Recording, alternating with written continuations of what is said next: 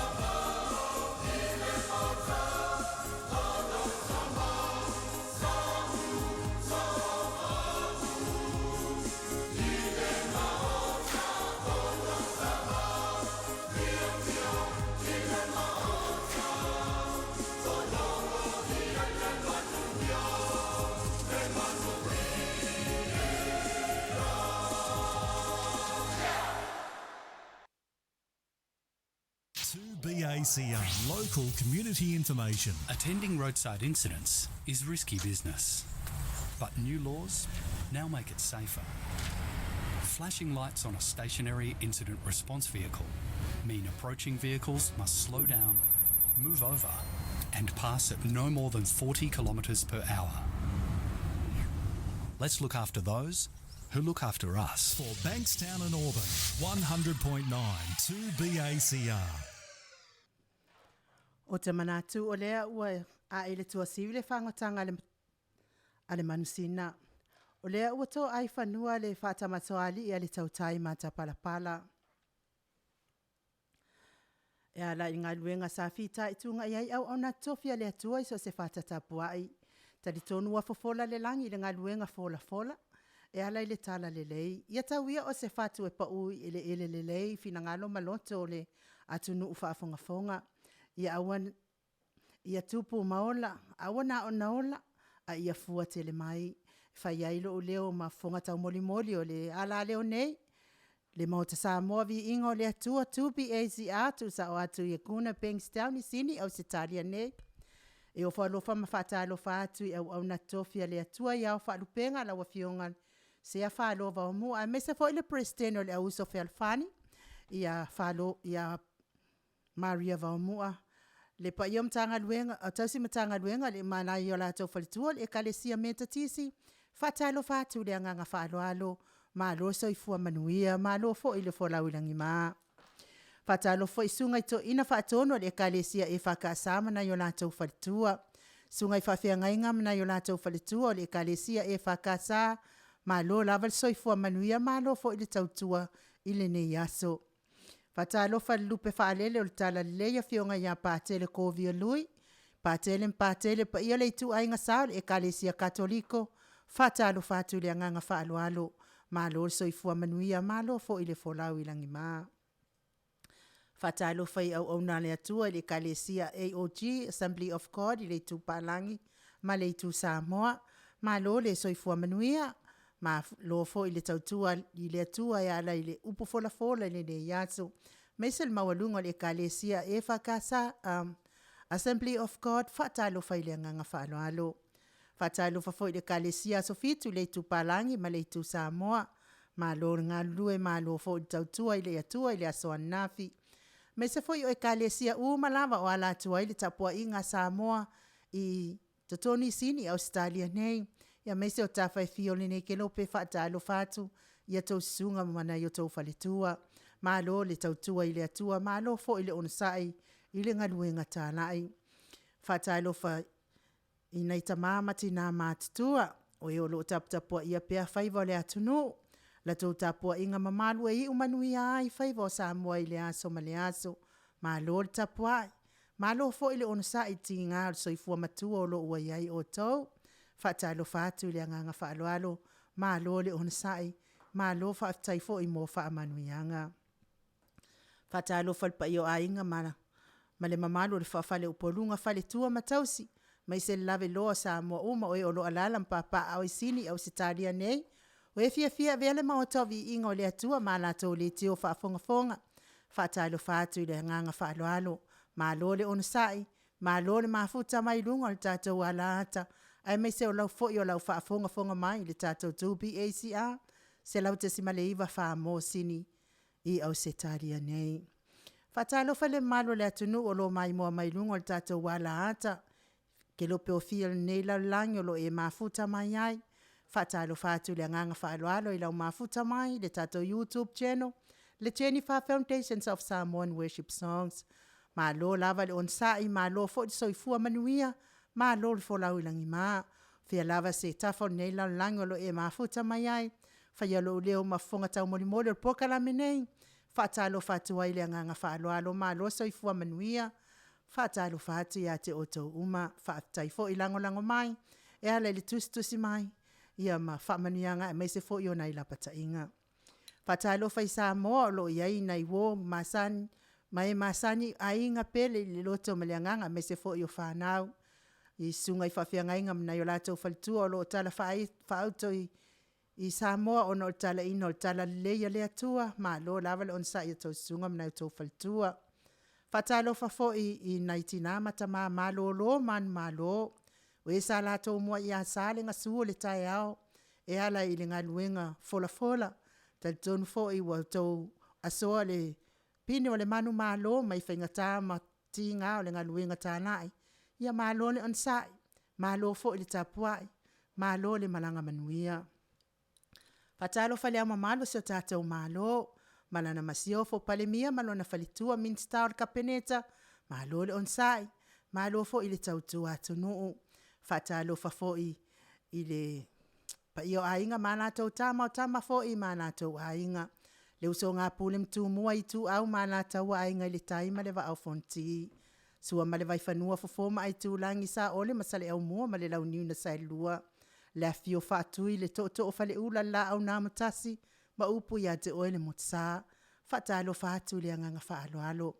Whaatalo whafo I lau fionga tamaita I lo ia unasa I uni sa polu. Le SSIG a me se fo I o prestene o le SSIG ta itasi ta whai fio nei langi. Me se lava Samoa. Ma lo lava le soifua manuia ma lo on sa I ma lo fo I tautu ATUNU'U. Whaatalo whai le anganga o la pi. Whaftai tele mo longo pui ali ina pe o le malo le ATUNU'U.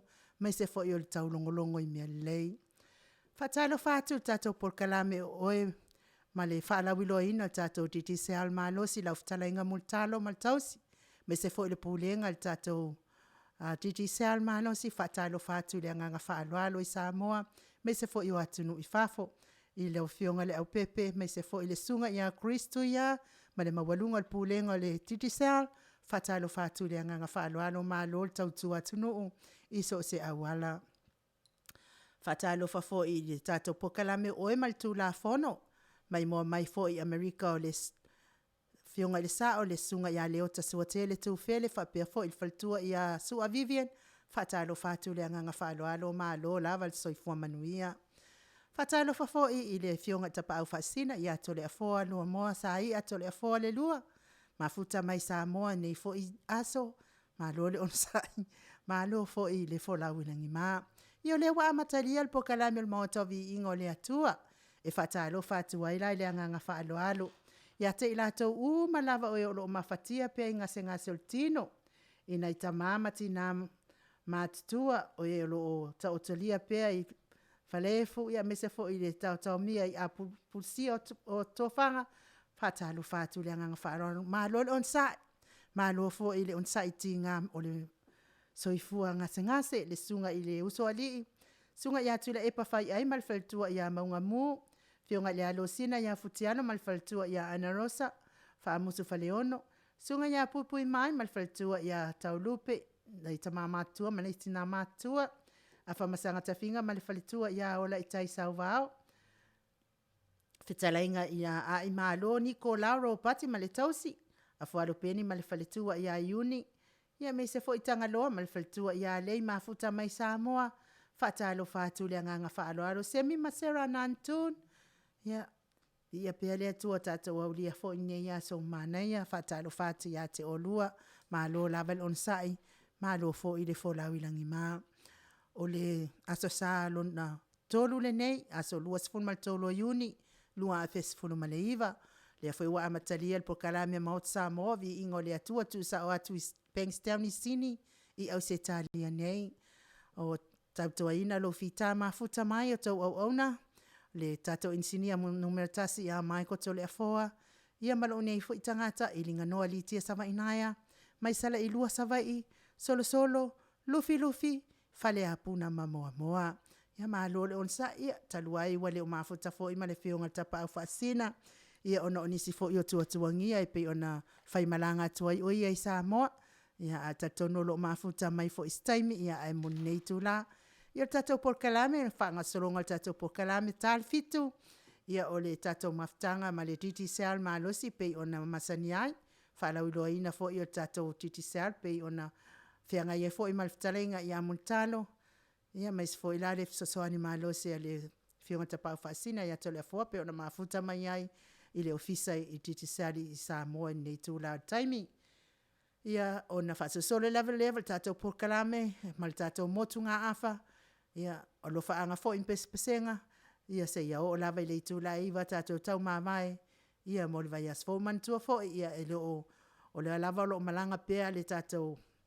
POLOKALAME o e ma le tula fono ia lo malanga pe le tatou lo ia i America ia o temsalo po le vai as fo ia le ama wai se so ta inga mal tatou lo ia ai o le tatou pese le ai mo le toi fo ia lo faanga ia te la to ia onge lua le tausala ia so tamali i tau faaoa ai ono fu amata ai sua te le tele ia le uso ia Maria Mene Salama le no faalo fetu po mane mafuta mai Washington tina matua ia to imaseve a Polo Steve ma Italia tina matua ia va isola ma le no faalo fiu au va amale tausi ia pai tala itina matua ia tala itole afo kalati ma le no faalo ia mai se fo ia nga Filipio ma le tausi ia pua fa taitele pua mo langolangoina pe o tatou le tio ia mai se fo tatou POLOKALAME ulungia Stefano ia ma le tausi fo ia ese ma le no faalo tu i fale falusa to elau ma le fanau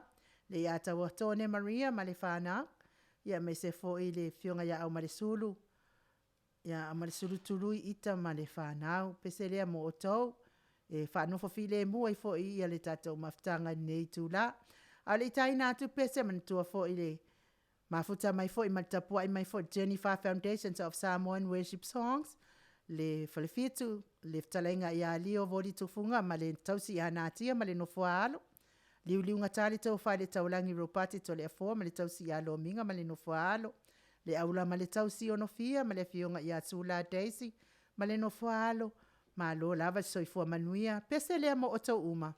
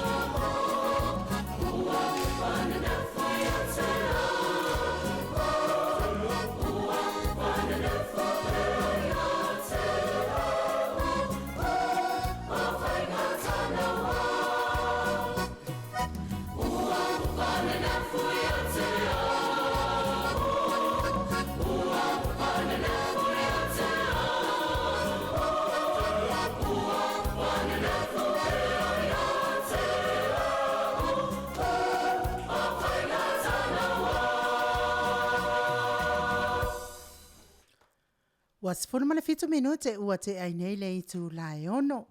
Ia o le tatou tala mai Samoa na i tala fo i awa fo i lau whaafonga mai Samoa. I le nei tu la na i tatou tala fo i mai Samoa wa lau whaafonga mai le nei tu la o le aso. O le vai aso na te anei. Le vai aso na te anei sa i oe ina ai e le tamam. Le tama ia afatila tolus fuluwalu tau sanga lona matua. Mai le afio anga o sa tui malufi lufi. I lumol wha amasinonga o na molianga. Pe o na au mai tatou tala atoa. I tatou tala fou atoa fo i male MAIMOA atu ilunga o ala ata. Le wha amanu alia o le toalua o le tamalea.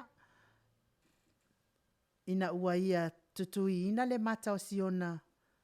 O si fafine i le fasila au sasa e waila na koko. Ua tangi whaatai o la le atama i lumol wha amasinonga vai ason te anei. Matalo sanga ina ia wha mama ina. So na whasalanga. Na uto whaafonga mai. Ia ole POLOKALAME ole talalea ia lea wa lewa na tato. Sila fia fo ia i lato e FIAFIA e whaafonga mata i lunga o penga ta whailangi. Ia mas foi whanongolongo pia i tala fo mai Samoa i masina watua nai. Ia tamalea na le lavala na unsa ia mai le alalafanga leo sa tui malufi lufi. Ia ai foi wa yesa mea wa afai na fina ngalo tama e si ona to alua.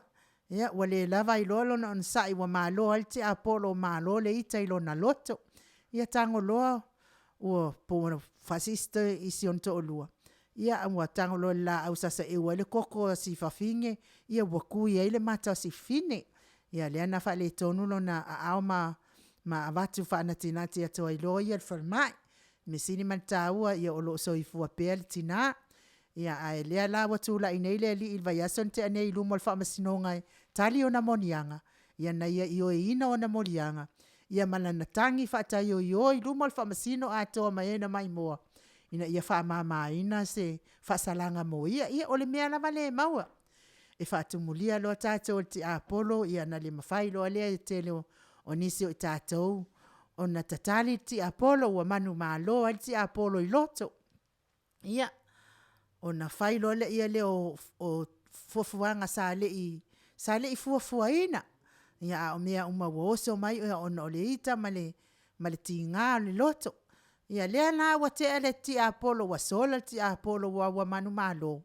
Ia le wa tangi lotu wa tamale i lumol wha masinonga. Ia mona loa ina lava ia le seo le mea sa ia whaia si on to lua. Talo sanga ina ia wha maamaso na wha salanga. Ia talo sia fo i le alofa le atua. Ina ia awane ito i whaia ia mea i winga wha apea i le tu pao tama. Ia maua pea le loto on sai. Ma le loto to afi le mu. Ma ia mafuta ina pea ma le atua. Ia manui ai tau mawhainga uma i tono a inga. Ia talo sia fo ina ia o ina fo i le atama. Toi fuata ina lona tae au fo. Ia wale whianga iai fo i o ia ma. O ma tausinga o a inga i tono si o lātou fo i afio anga. Ia tal tonu.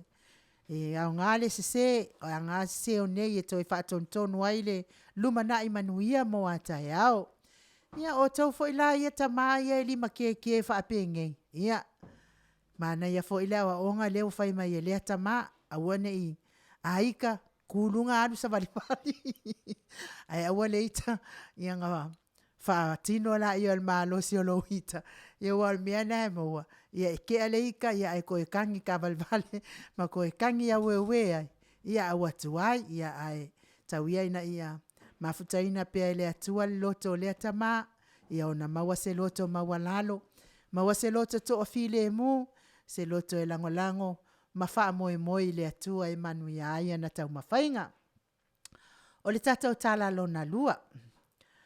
I tawalumanga o le fono a palemene a Samoa i le vaiaso na te anei. Ia, sia fia fo ia na olo o maso ia sa na whanongolongo. Ia leo whanongolongo mata tātou. Whaftai fo ia ta ilatou. I nai media ia olo au mai apea ia. Tala ia tātou te whanongolongo ai. Ia meisi fo i o le mata tātou. I fo i tawalumanga o le fono. Tawalumanga o le fono o palemene a Samoa i le vaiaso na te anei. Sa fsilingi ai il faipule a faleata, le MP faumuina Wayne Fong, le afionga i le ali i palemia e winga i le wafu o loo fuafuaina i ngā taifale o le afioanga. Fuafuaina o le wafu i ngā taifale o vai usu. O loo whaatali pea ali i mawhai pula le afioanga. I se lātou tala noanga ma le palemia e winga i lea mata upu. Talusia ia ina ia finanga. Talusia ia finangalo o le afioanga. Pe a o ngatusa ma le tele o finangalo le ATUNU'U. Ia awane i fausia se wafu i vai usu. Ia o te tasina tala mana ia sa o oto ina mai i le taualumanga alpo le tal noanga. Ia me se fo ia fontanga al palmene pe ona alo atia i vai aso toa nai. Ia tele a ia me fia faso atua ia wan mafuta mai fo ia nai tama matina ma tua i lawa ma Maota. Ia ai o Pauleo sina mea matangofia fo ia lewa tango atu i le au mai. Ia wafo i lau fonga mai. Ia ole pe fo i ona to sila fia le tele fo i o le fea vea inga fo i. Ia matala fea vea ai ma vevesi. Ia ua whaasolo fo i ina whai pālota fo i lea. Le vaenga lava lea le SSIG. Ia tūsia ia pepa po ai e ioe, po ai e le ioe ina le fausia o le wafu i vaiusu. Ia wa tilo lava fo i tele o i lātou te. Lātou tele ioe ina se whaingo se wafu i vaiusu. Ia o le mau tū, e le ainia tātou container o loa o awina mai fafo. Na tasi le o loa e awina mai tātou container o loa le awina mai fafo i le masina. Tasi le masina. Ia o loa o lava ma lei pea le wafu i mata autu. Ia mo lea wha moe. Ia e peita ia ne ia te loa ia se mea te le o loo. Tau fuafua fo ia i le fionga le palimia le maaloa Samoa. Ia nā lava o tau sila fia. Ia ua kikiki apu lea loa tātou e saina. O le tala no na tonu ma le tala muli fo ina. Ia wala ufa fonga mai. Ta tono ia i staimi o luma na ito e maua mai nisi a tātou tala fo. Ia ai mona i tala lava ia tusia mai. O lea wa whaatulu fale mai ia saina i taulanga ia pia e ta ua o le Chinese Health Center. Ua matuasa o loto lava saina lātou e whaiso se mea maola le ia i lava lātou isi o tātou malo Samoa. Ia e nana whamasino e lava e oe mai taltala noa e oe ia i lo ainga pe fo ono taltala noa ati ia te o tau. Talsia lava i le anga leo le atua. Ina ia tu mau pia ma ia tātou maua pia se malo matango fie. Awane i pūlea i nista ngā tau tātou malo. Ia ni tātou mativa, tātou te mativa sangai. I le fia mai le atua pese lea. E mo le atua i fo ia lo whaanga al POLOKALAME mo nai ta mama nai tina matua. O e olo mafuta mai tonu o whale mai. Fia lava olo e ngase ai. Tono Maota ngase lawa ma Maota. Pese lea mo le atua ia lo whaanga mo o tau uma. A vea ia nei pese ngo se si vai maalu.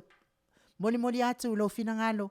Ia wafo ile mafati ai pia ngase le tino. Pese lea mo o tau.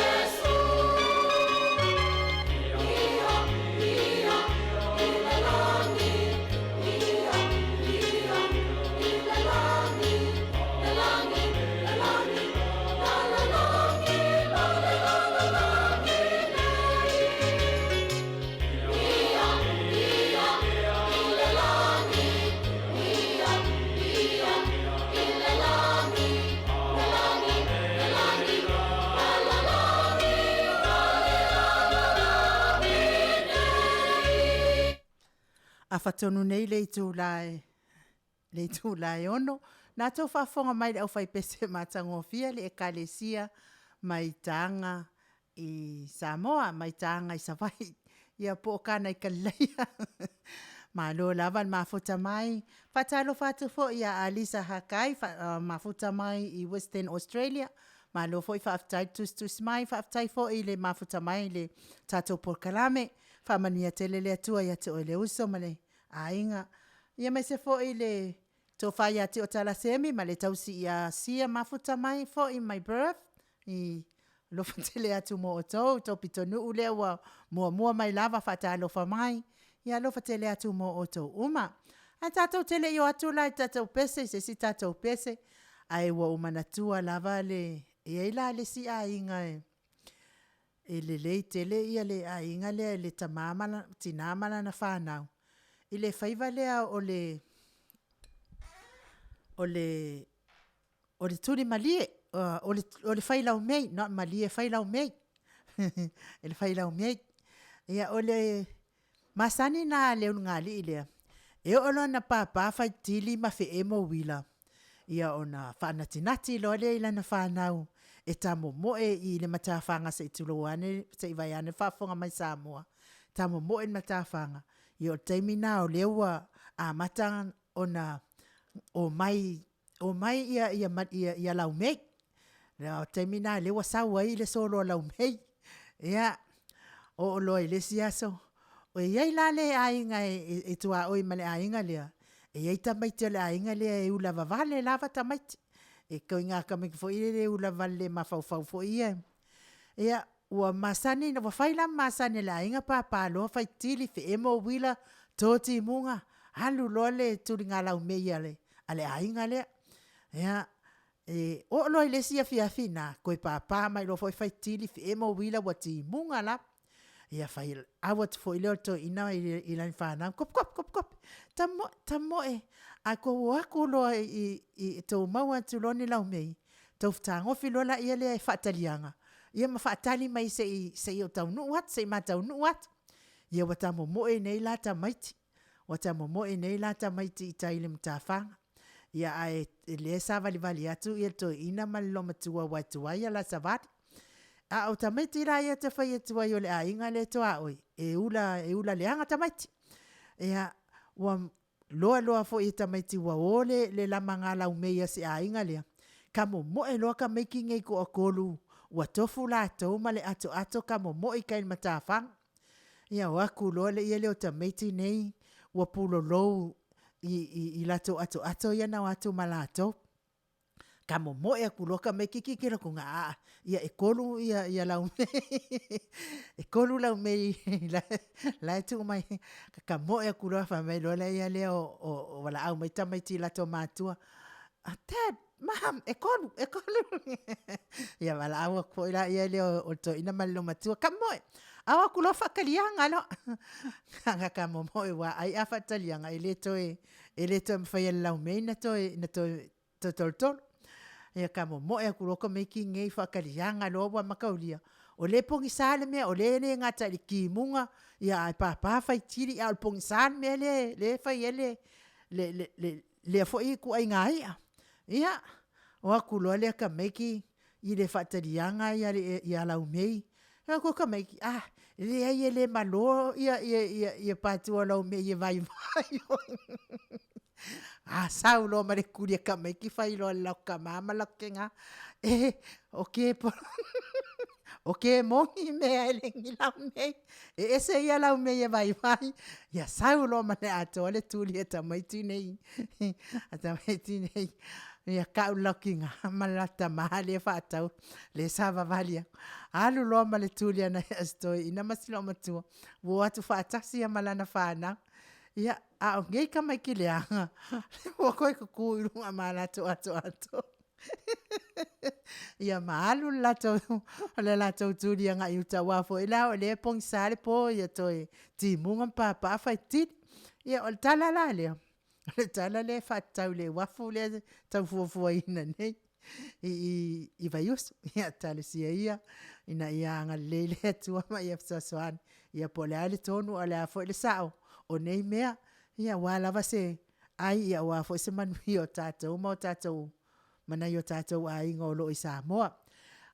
Tatou peselea o le atai na tunei. E momoli ato ia lo faanga il mafuta mai fo ia na yo uso fo ia savainaya puni puao. Mas fo ile sionali ia tu yo ti malo pe yo na mafuta mai oi New Zealand o kilani ia mas fo ia to le pai fato anga avoa si ana whanau. Mai se fo ila to o lo mafatia i mafatianga le tin, mafatianga loto, ia ona o e PELE, mamae, ia o te ona o le wala aupa ia le atua, ia. Ma ua pea loto mafanafana, ma ia wha mafanafana ina o tau i awanga leo le atua, ia o le pule lava le atua, e wha i le matua, wha i fo i le moto, ia e amu ia e wala au le atua, a o lo wha pea o na whai, ia ai le angal wala au mai o le atua, ia ngā lava e whai lava oe ia, i o lava manga onga o le lalolangi nei. Ia pese la lea e wha mawhanawhana ia te ila tau e o loto wha anoa noa, ia mamoli atua i fo ia lo whaanga mo o tau uma. Mai se lava fo i le mafuta mai Western Australia, ia alisa hakai, ia mai se fo i ti o tala, semi mali tau siasi, ia pese lea mo o tau.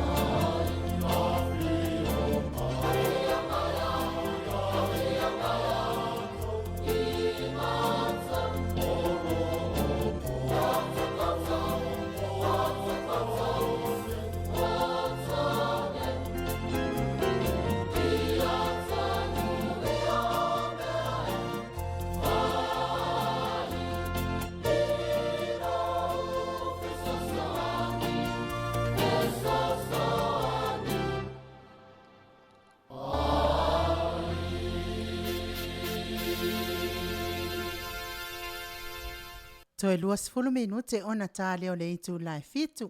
Na tō whaafonga mai I musika matangofie, ale e kalesia e whakasā mai me Android. Ia le e kalesia na o lo ilalu taitainga le sunga to ina, ia si me ona taefu whapea fo ili whaletua. Na tō whaafonga mai ai, ia fo inisi e kalesia ele o tai na atu, ia la tō pespesenga inu mai nei. Ia whaamalulu atu tō whaafonga mai Samoa. Taluaina o ekalesia lava sapo eina tato POLOKALAME nei io lato na lewa mfai ona whaalawi lo ato lato musika ilunga nei a mes foi MAIMOA mai lunga tato ana ata ia pei ona iai pe ona tautu atu ai tato POLOKALAME mo Samoa vi ingo le atua I le aso ma le aso I le asa ma le asa ia wha malulu atu ai la wha fonga mai Samoa ia iai nei nisi foi ia la whanga o lo fia mana o mia tātou pese ala te karisia.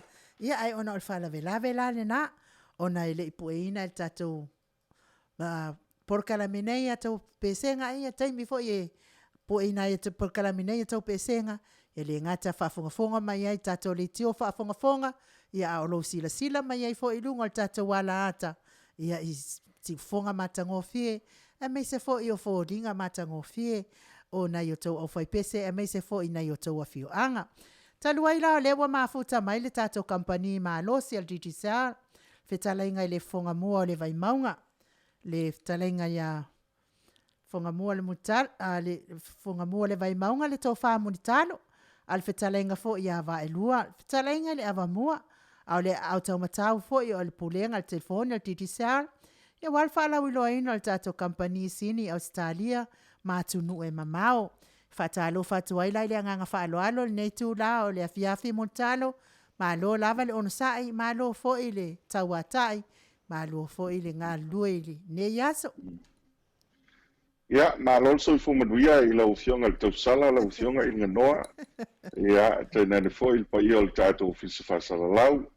Ia, o le fo I whaatalo whaatu le li itsnia, le suna ia Mike. Ai meisen whaafonga anga si o tātou ATUNU'U. O lo lala papa au I tono sini Australia.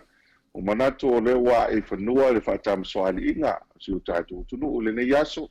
Le tonu foi le sa o le whale le tōtelo si o tātou ATUNU'U I malumalu tāpuai. Ia, o tonu awa mai o na whana le u le vāte tea. Le fo ua longo le tuli le tātā le whaasoa le tala le lei. Ia, e mai se foi e taimua I lo tātou sa valinga. O leo o te ale afa o le tausanga. E vei ele nei loma e whai elo o leo whai masui. Mātou te whātalo whātuai le whaafonga anga si o tātou ATUNU'U. Ia ai mese foi pa ia o tātou fiti whasala lau mo sil fia o tātou ATUNU'U. Le fo mātou whātasi I nei. Ia ma le fionga le tapau whasina, le fionga le atole a foa. Ia le fo isa maua le avanoa mātou te mafutai. Ia I la so fo I te la tua nanafi. Ia le fo isa maua le avanoa mātou te whai inga ai ma asi atu le tau mesina. Ia langa o lau whanua le vai maunga I masani o na na suma yaile la vionga le tapa uvasina ia mo mātou mafuta ai ia au paia o Samoa paia o na TOFI le tua ia o lo whawhale le malu I so se whatiwhaitau lang mātou whatalo whatu le nei TAIMI o le FIAFI whatalo whatu le paia o Samoa ia le paia lava I ainga mo lātou tamatam foi mo lātou ainga e lo songa pule matumua I tu au malātou ainga le taima le wā fonti pa pe foi tātou motu sa le motu le whalang fulu ia sua ma le vai whanua po mai tulani sa o le masala o mo I tu au malātou ia ma le foi le lau niu sa lua pa pe foi tātou motu sa ia ele fio lava ia wau to to ia pe se foi ia I whatoi ia o pulava le tama le monotelo le ngang fia ma le ngang whaatai ia le foi o maua le nei avanoa tāua ia tātou te silfa ia I whaasoa I lunga le ia ai whaatalo whatu le nei te mo le FIAFI la ufionga le tausala inga noa. Malo, whaftaitele lava montalo, tau whai wha malo I le alofa ma le anga leo le atua. Ia o tatonu lea ua whaafonga atfo I le malo le ATUNU'U nei. Sini Australia meise o tafa nekelope o lo maua mai ai tātou whasalaunga.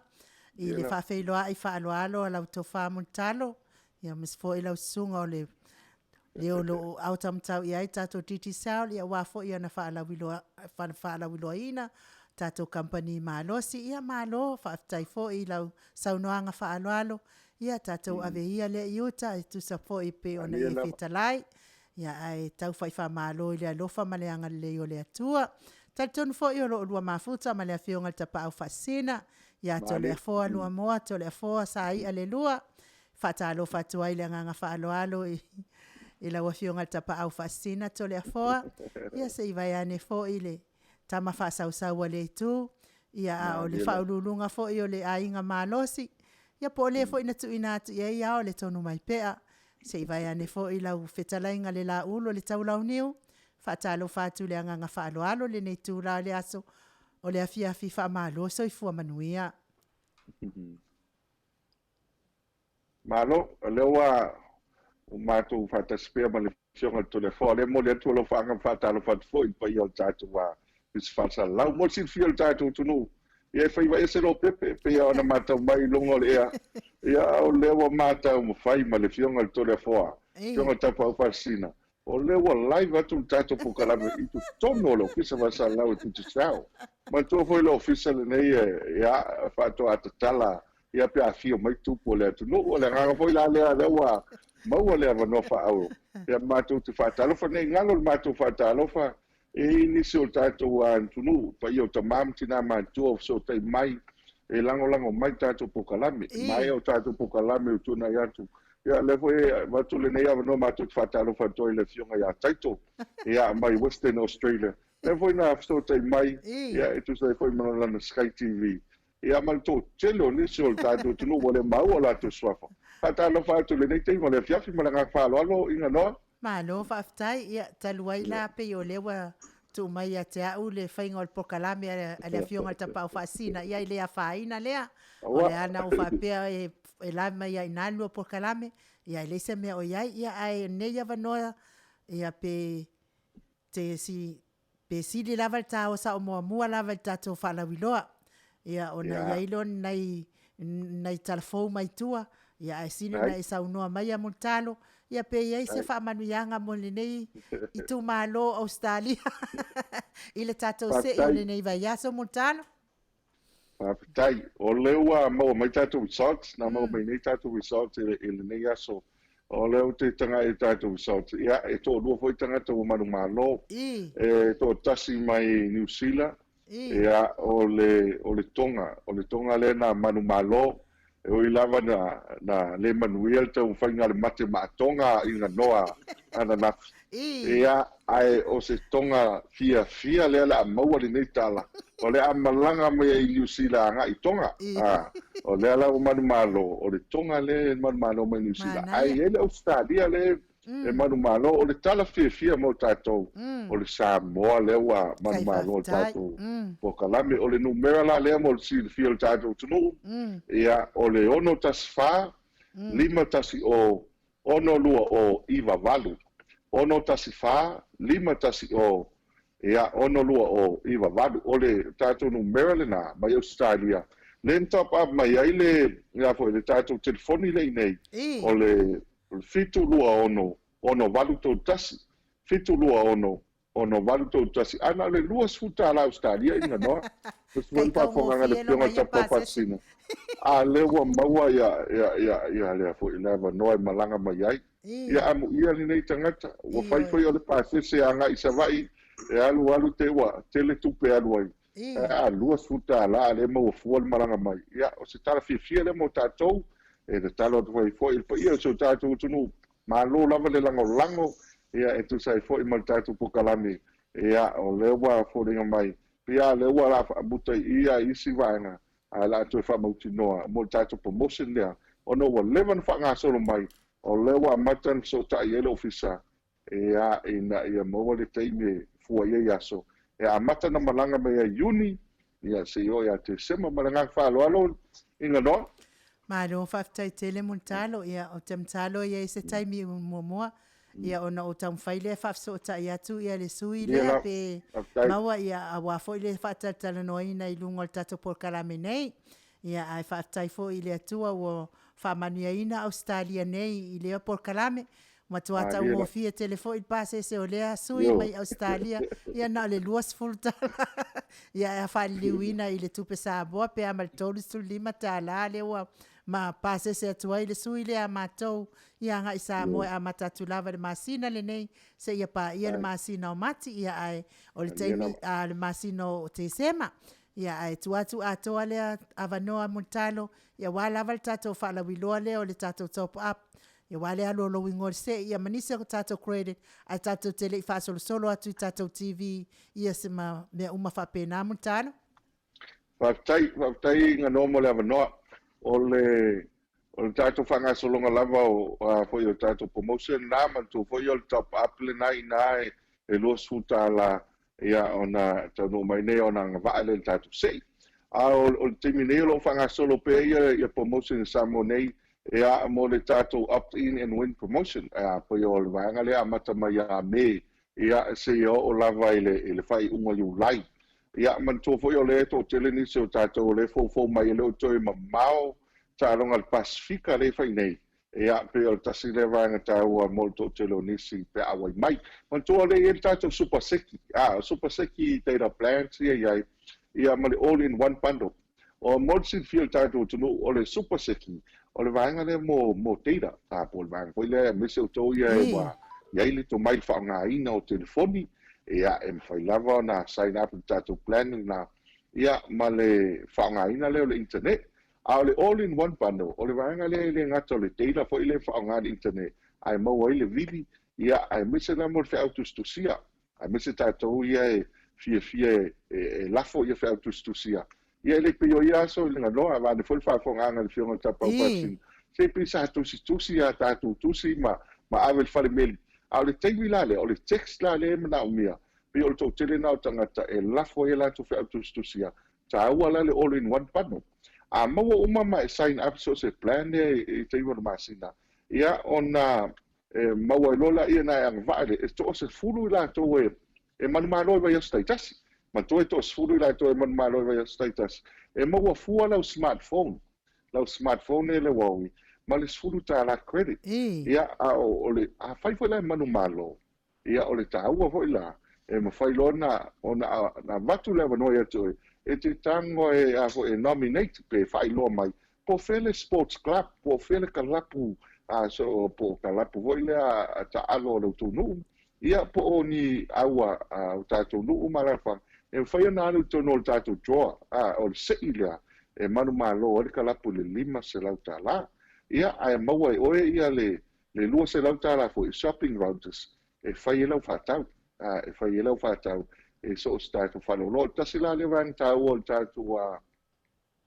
tatu falo lo na opt in and win promotion e ma fai ai ona e anga va ai e le tele o tatu fai longa ia le se i vai sta tasi to sfulu lato e manu malo ia so te tasi ia mol sil fia o tatu tulu o isi tatu a falo lo mol sil fia ia mol terminei o lo fanga solo pe ia tatu visitor sim ai mese tatou ia malanga mai.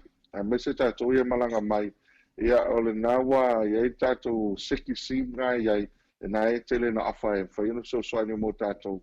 Ia ai o le fautuanga lam. Ia ai tau nuu mai lo whaleolo. Maua fua sau whatau sau seki sim. Ia e maua fua atu ai mese mo tatou ia malanga mai.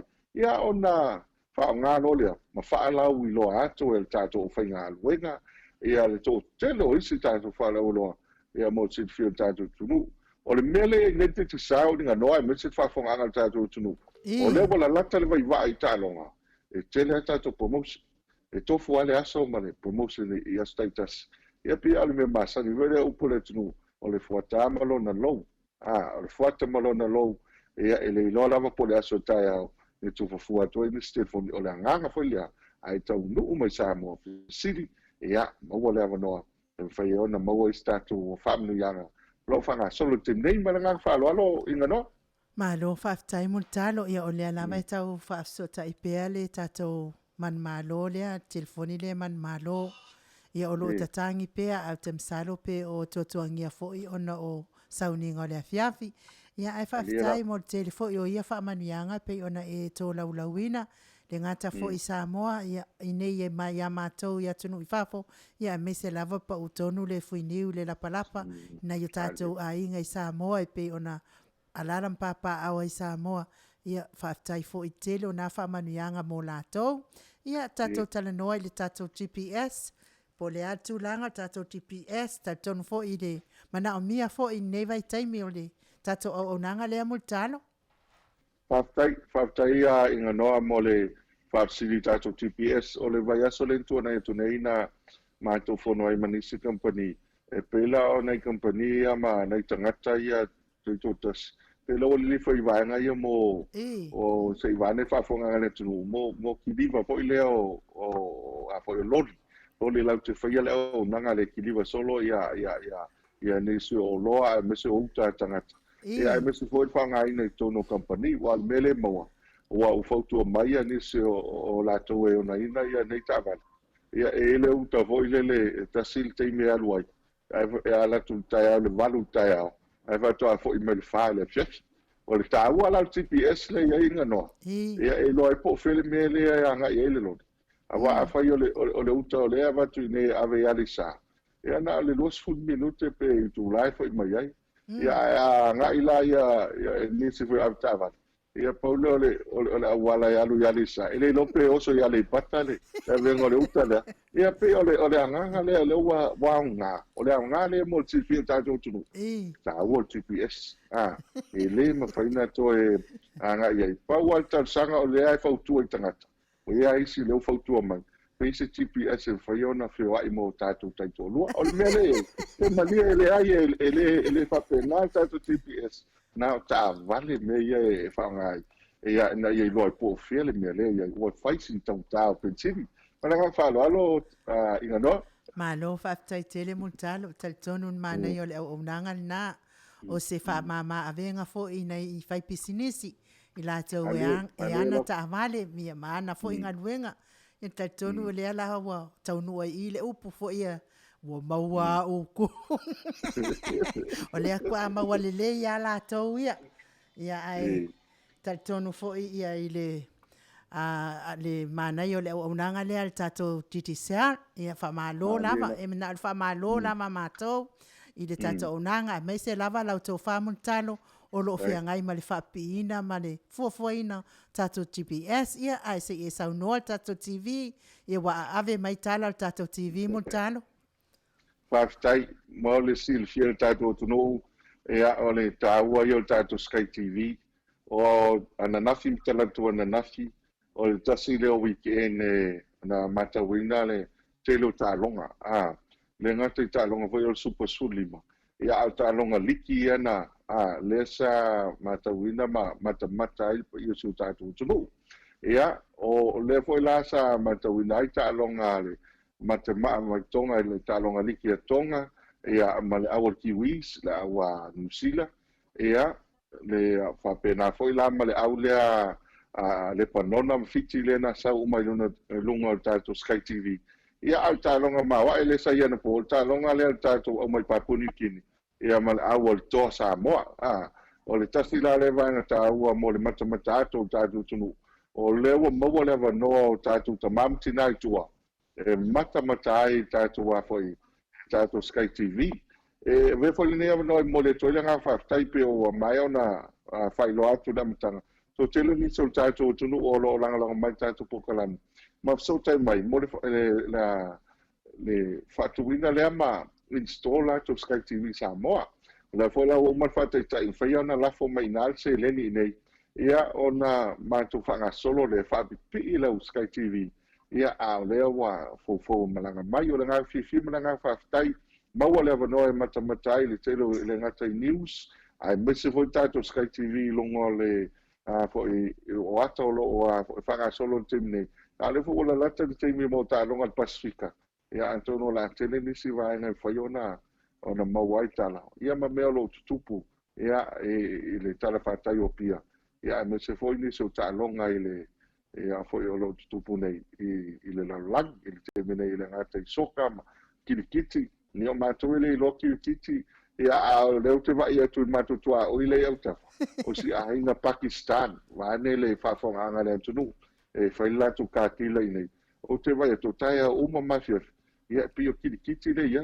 a whatua uloa o le ipo lalangi le whanga so te nei pio tasi le vana tā ua le o le avo tātou Sky TV, mana ngā whaaloalo inga no. Malo whaftai tele mutalo. Ia ai mana. Wa ata ulo Sky TV no mantua ina le on matonu. Ia ai le se me o ia o tatonu foi wa tele foi ina apalai man matonu ina lato Sky TV. Ia mari kupu ai la me fa pe.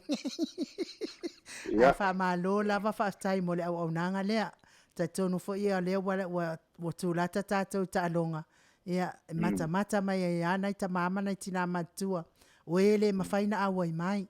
Me se lava fo ia tunu I pitonu ia tua ia I wa fato fangaloa ma le faitule na ia ele ia ile o la tato TV le fo ile masani ai ia ai tatsia o fa fonga mai fo ia ona nai I tu malona mana ia la fanga na le ona titisa ia mfatino fo ia ona wala mana ia la to matua o lo tani mau fale ia ai mau pele va no le mo mo talo I fa ala lo mai ai tato titisa o ala vanisi mea ia o lo maua pele ava no mutano. Ale ua maua mai tato man malo. Se umana e sau noa mai on tu leo tato man malo I lungo laina. Whaftai. O le molsit fia tato Sky TV ia o le tala mali e vaan fo il whafonga tato tunu. Ia matu tau no atu ilisi ainga. Mantu fo I o tato tangata. O aso ia mata nei tamam tina mantu e tasi ale ingoa e wha ingoa ai le tamoleata. Ela le ata voi le mantu voi le sunga ya Sylvester voi stalo. Ya na le pau ale ngo Sylvester stalo nei lo umai tatu tangata. O rampo. Ya ola mai lo Sky TV ali si ainga fsile tu loia tua oi. O le ata na sau tatu Sky TV. Ya fa mai se le ata o rampo. Tu sala pe sau ya Sylvester po le ata o le copra po sisi ata voi ese po le le ata bus.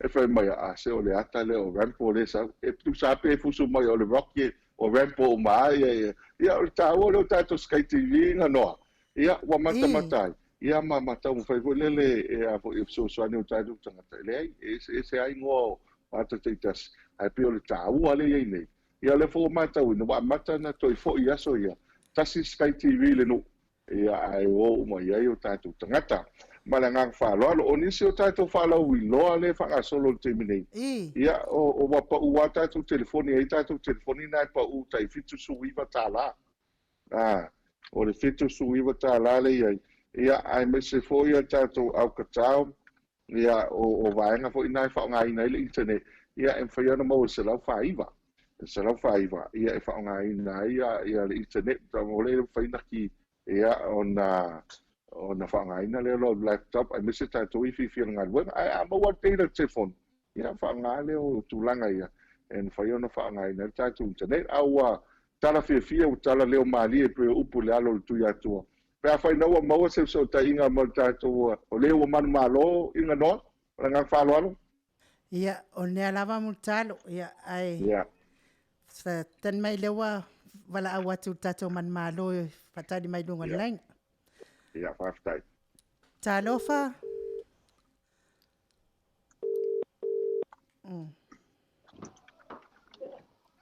Talofa. Ia talofa. Un talopo maua mai tatou. Ia le maua atu. Ia o le swafa o tatou man malole o pele na tete Robertson e mai melpone fo e sele le o melpone. Ia mai melpone fo ia ai o fale alili lona la fanga ina Samoa pele na tete ia o lewa I lunga leina le pule tatou titisa le tofai a mutalo ia o lewa la sau no atu ia te oi pele na tete. Okay, thank you. Yeah. Malo se fo manuia pele na tete.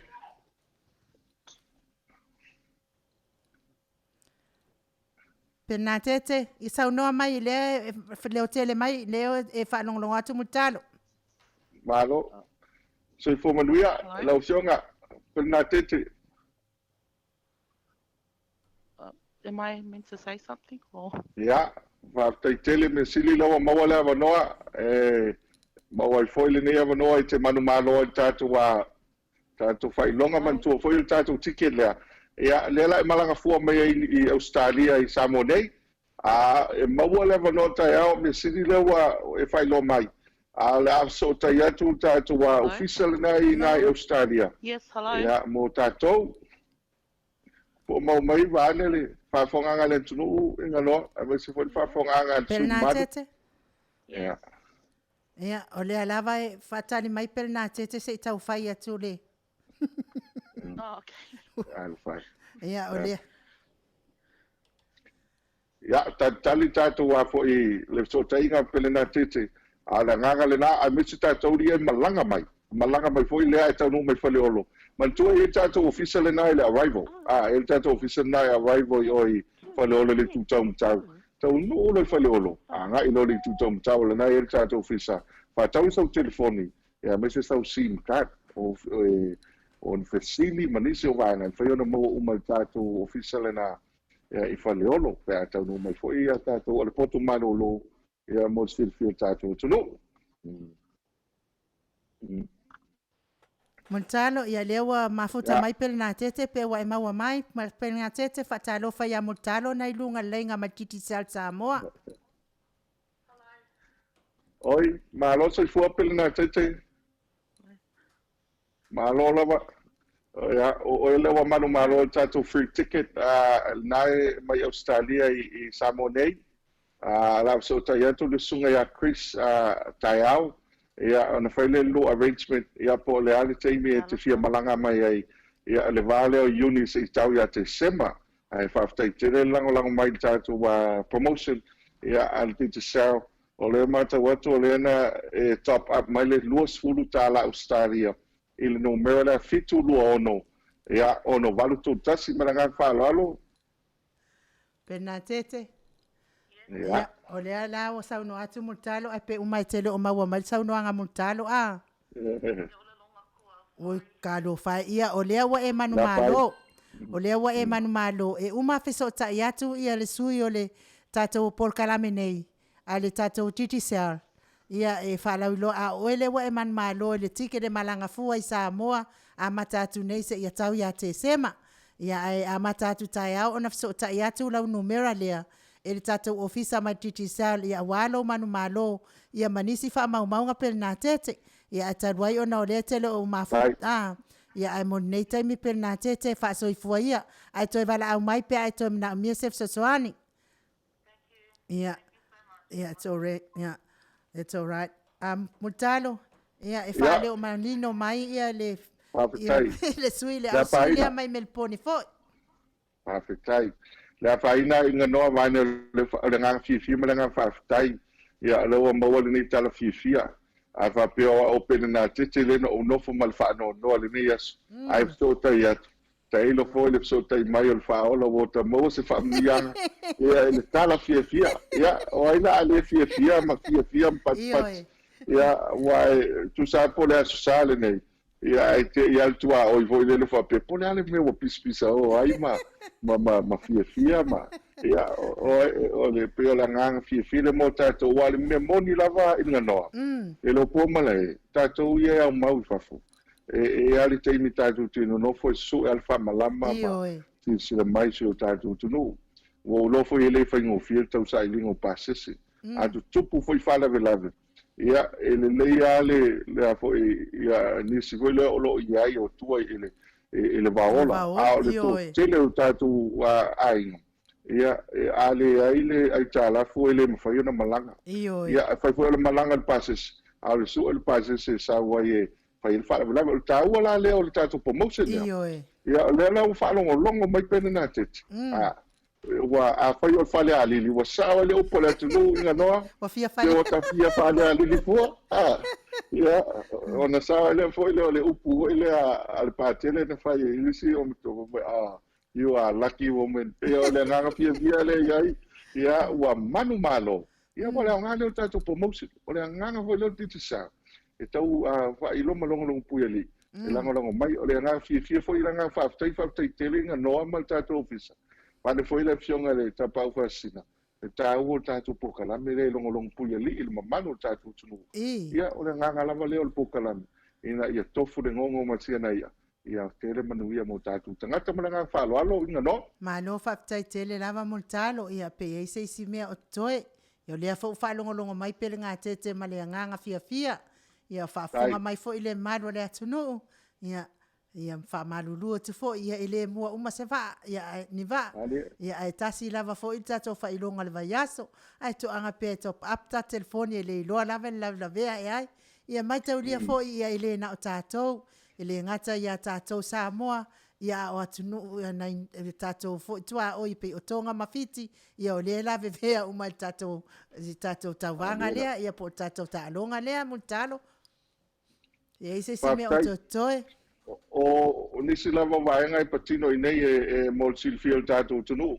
O le o ele mātou service le ufanga solo timi nei. Ia o le HPPX mo telefoni. Mo telefoni wele whanga ila le internet.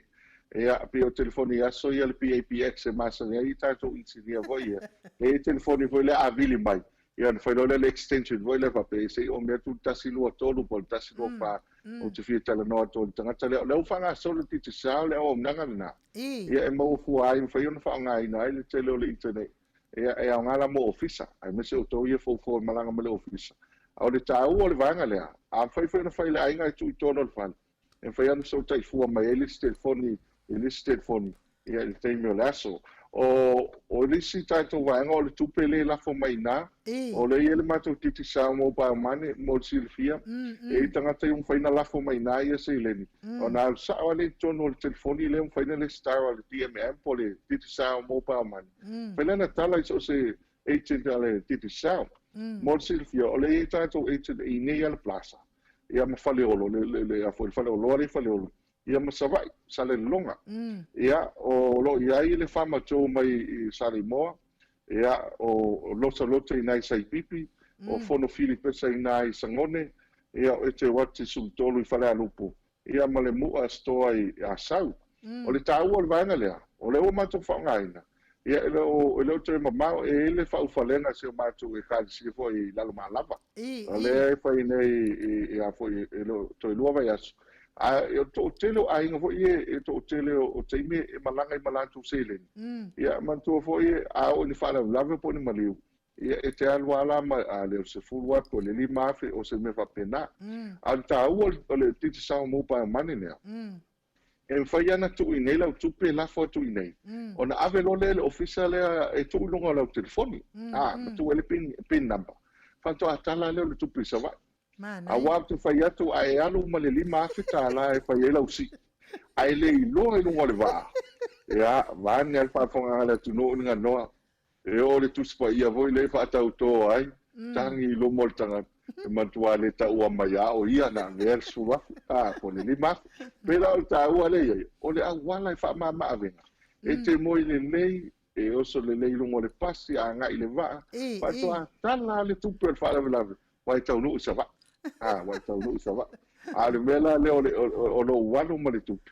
Ia pia ale me voile le mo uma lo le po voile to yo le aso nai mo o le aso le maliu. Ia ele mo le te tupi o le ainga. Wa pe o le fi singa o le atopa o le ia ba se pele ia tu. Langa ni ele mena tupu lua masini talo el fara ve lave sa tupu ne pia. Ia la uneta no te lo fe silfieni.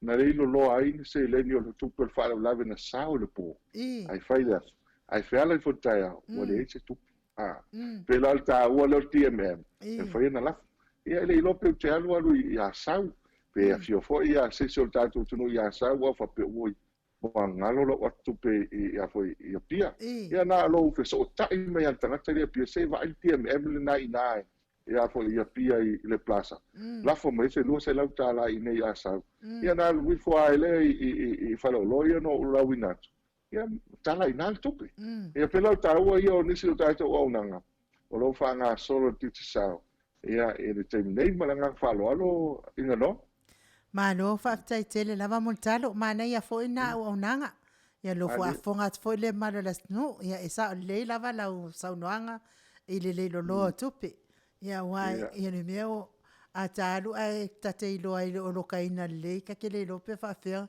pe ka ke alunga pe ai au o mai ana tamoe ia pe ta ia ne la le au nanga ia lo mana ia lo sefem saunga le mu ai pe telefoni ia tupe ia le ia se nga mal fal tupe ia pau lava lona se nga tele ia le taimi e loka al fal tupe ia la lo matala pe tato titisel ia ma fai ia na tala la tupe pe ona fa fonga tele malo le tunu ia ai mana ia foi le fio mai lo fio ngata pa fa sina ia wo mana le stala e la telefoni na ia mutalo ia awa foi ia que se la fia foi ia foi ngai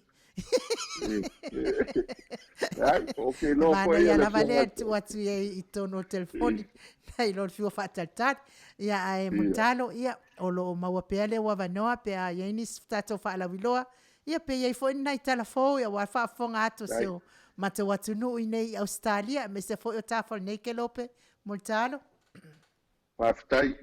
Ya, vane foi la le wa fiel o nga sabia ina itala na tupu na naf. Tau tala foi malanga fa lo sa fo va o tu lolo pe alo pe le ai. La gale fio ina le fio nga ya le fio nga ya tu le fo ta pa fa. Ya na o Silvia ta va so le tu malo. Ya la nga wana naf. Le na fa le fai no le awa ana chiefs. Wa o vo super vo le I va le na fa ya na fio o talo nga tu malo la kapi. Ena fai le fai noi oi malis. Esa fai noi la le aua vai maunga ios. Ia ma ana chiefs ole tulanga le talonga le fai asina fai talonga le anaf. Ia aua mai ai fo talonga. Manu malo ia le aua le vai maunga lusu fa. Ai lusu matolo le aua ana. Ia ui lava ile o se tama se lavia. Au le nganga fia le iai. Ia ua maua le neia vanoa e afo e toi afo. Feiloa iai au nei e lua. Au malo losi nei lua ia pio le taua le mole fo le nga fa taile wa ana to tele ni so wa ana wa tula mai ia le fo filia I tono tato awal man Samoa ia fa pe fo ia le awal vai manga ios ia me fo le sa tau fo wele va ia lo fo le fio to le fo ia ala fala fatu ia la o tama fo le vai manga le fio nga to le fo ia o pio le nga fia la valea o lisi vai na mamalo na faino ile au lalo lusu tau sanga ia wa sa fata ma le fanga navigators ia ma au foi le ius le foi na manu malo ile ius na ia le au le vai mau o tele ilo le au le vai mau ius por me ese so tanga ma le au le paramata wa pio ko nga foi ile ius ia le ilo la pese ia paule me ne te wa sa o itala ta ese apatuna ese le tuna na ina ese le tuna le nei ala nga fia ia le vo mo le nei va no o nei sa matu wa sia nafi sa il fala vela sa tu poi vai mo el matu mo liu a walu na nafi o ia pio le po o speaker ma tele o fa leo tele leo o le opening ceremony ma closing ceremony fa te inga tamati e tamati la pe pakana fa sin to tele a onga ia wa sa uni mo ta penanga le e tala ia ta longa la sofito July ia le opening ceremony ai fai o la stona o le aso luas fulu le July o le mela fa tai ma lo foi nei tamit e ta milo mala ta vale wa ta apele no umale tu malo ia ai silsia ia i o la tu forin wa alu le aso fala la apela o ta o le mele a titiro mai ia o le se ale ma ta tu voia nga lui mo manga le aso ato ia o to mo fai nga ia nei tamit ia o le fai ngo fia o nei mena lo tupu ia to foi le to titi tala ia awala la papa vo ia lo Samsoni ia mes foi mare o leo ia la so tele fe malanga inga I vai mong ia le fo te tala tato multi-purpose e hole I tona mato ia le mo le nganga I ta longa ai no te mamao le o ta pena tato ta longa ia le la vo fa solo ke ia so ina ofuma ta pena le team Samoa ia pio le lango tato ti sa mo se fio ti sa le na fa male fo I mai fala teleina ma fala wilo e un so ani internet tato tangata le fo ia le vanga le mapu ia la uta alo I fale uno le fo foto a mon mato fa pina ia po ia na ia mawa tilia ia le live coverage so ile mo le mata mai ma si le fio tato tu pe ona I mena lo tupu temne alo manu ia pesi o tato ATUNU'U ia ile ne foi vai tem e tal se ia lisi vai a so luma ia ni se foi me ola tupu maranga falo alo inga no ma lo fa tele lava montalo o te tatonu le tele o lo sa ta wal fa la ulo ino tato company digital ma se la tautua le ATUNU'U so se mea mo le toil fa tele lava nei tu la laso ia me se fo yo lo tau fai fo ile ai nei tala fo ia wa fo fa fo ato le malua Samoa o yo lo au mau ma papa au Australia nei me se lava fo nei pitonu asini ia mata fo nei ke lope o lo ma wa mai tata wala hata mo le tuai fa tai tele anga leile atua pule tele mo talo fo ai lo so fu ma lo ina fo ai fo le poto ma le ata mai so ani la unga wenga pe ona e fea ngai ai i le tautuaina pe o le tātou ATUNU'U i so se tu me se fo i o tonu i fea ngai i fo i ma tautuaina o le atua malona fina ngalo i le kare si o lo tau mafutai ia iai pe le anga le o le atua i le vai fafo ia ma le vai fale ia anga le atu fo i pe lo so i fua ma lo ina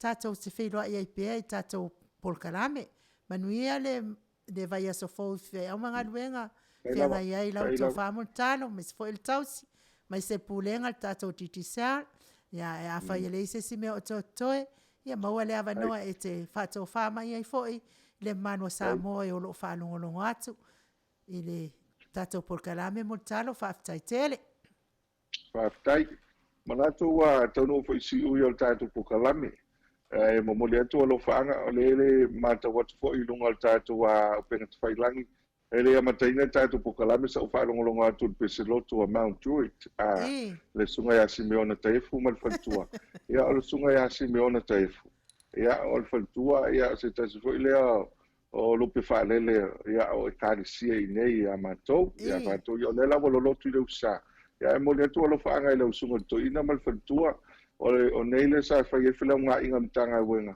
o le sa la nga ile sunga la so swani mai le karisia le usa e lo tuaia se Maona ma sunga te fu mal fatu pe amalanga mai e pinei e sunga ya namla ulu tavita le umana o le pule le mtata se le karisia i savai le la sa fai lo tu nei mamatu wa ene mafuta nei tai au ai mo mo le fu lo faanga sunga ya maripa mal fatua o le paia fo yo o se o tatu tunu e tau ainga a me se foi mo le tu ya lo faanga le fionga ya taito ya e Western Australia ma to tele o tamam fina ma tu o le maua tu swafa e lango mai tatu POLOKALAME ma tu talo pele tu ya molo malosi inga no lo fionga tau sala ya le tau selu watu ya le nga fi le nga fa tai lo fo mata watu ma mata tu le nefia e se le la le ma le mata ngo fio lo la e fo le nefia ya le nga le o masania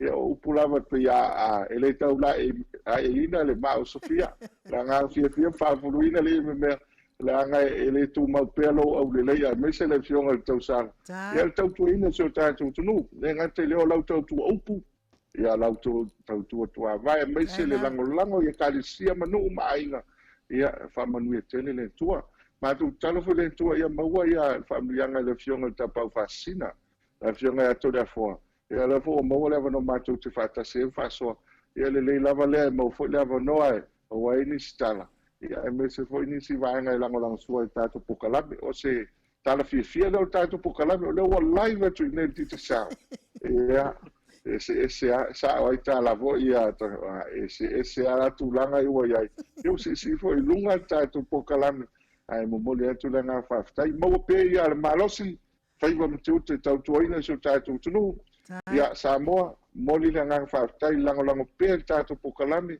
na matu wasu vai malu puena o puan tau tai ia te le atu ele atua tu liuva ia la fo se upu le tau tomali i lau tau fa fo nganga ia madua vi fale o tau fina ngalo manu e tele fai mumtiu te le neve aso ia fai lo le fai musu el pulenga me kampania ti sa ia soifua ia multalo soifua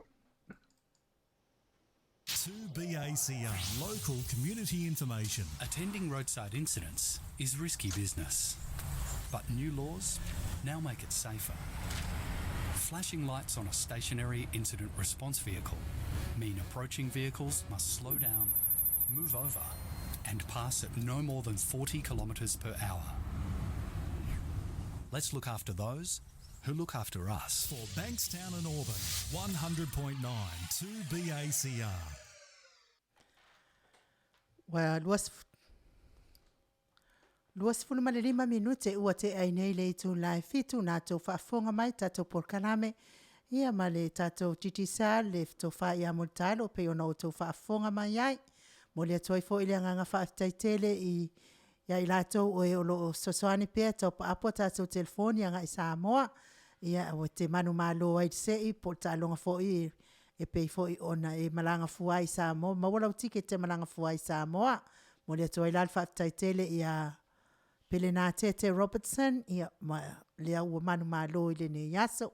Ia ai mo i lātou e le manu malo, ia taum whaipea, ia i lava le aso i whaamanuia i nai, tātou uma i tusai fo i ma lo tauti ngā, i tātou tālonga, ma tātou se i e pei ona iai. O lau fo i a top up o le tulu ina fo i o nai pāleni ai ngai Samoa, anga i atu le luas furu tāla, anga i lunga, ia o lau fo i nafsa soani, tātou polokalame nei, mo le toil whaaftaite le lava ia te o tau Samoa. Se fo talenga ia multalo mal polokalame al pese lea. Mo le toil lo whaanga mo multalo ia whapea fo i tausi. Ia mese lava fo ia PELE nā Tete pei ona manu malo i le tatou se i le neiva ia. So pese lea mo o tau.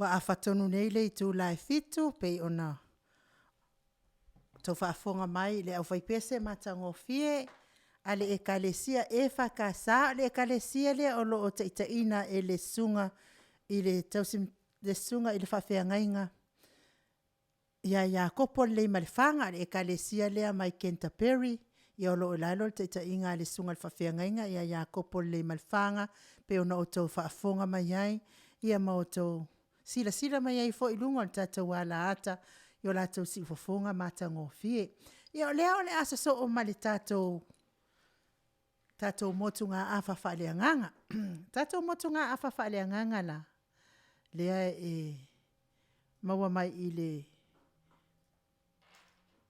faalinga lea sfuluma le iva lea wa tatou taunu mai ai a ole i taina la tatou motunga afa faleanga amataina tatou motunga afa faleanganga ai te fiam na moli atu peselea mo ilatou malava o FIAFIA le motunga afa faleanganga o le au le o toe tele tatou tusi o tatonu e faa umal vai aso fou le tatou POLOKALAME lea tatou talanoaina o le tusi a faalinga ai o le pesela lea mo le toia lo faanga mo o tou o FIAFIA tatou motunga afa faleanganga a faila o ia lau tusi pa ia iau au tafa ia na e faitaula ia lea i le faalinga sfulma le iva ia umalo le peselea so o atua i loa mal tatou motunga afa faleanganga pesela lea mo o tou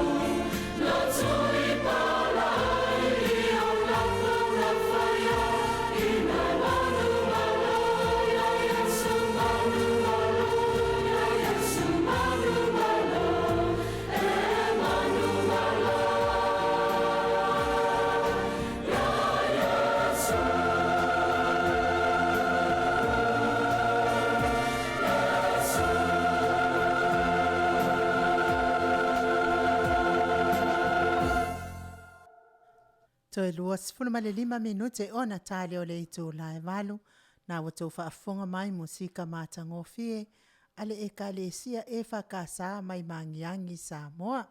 Ia, o lea wala wa mana ia fo il pese lea se itau whamawhanawhana mai ia fo i le loto o le whaifa o le whai motu ngā awha fo nei. Ia so ia mai se lava o alo whaanga ma moni po mo i lato uma o FIAFIA le motu ngā awha whaaleanganga.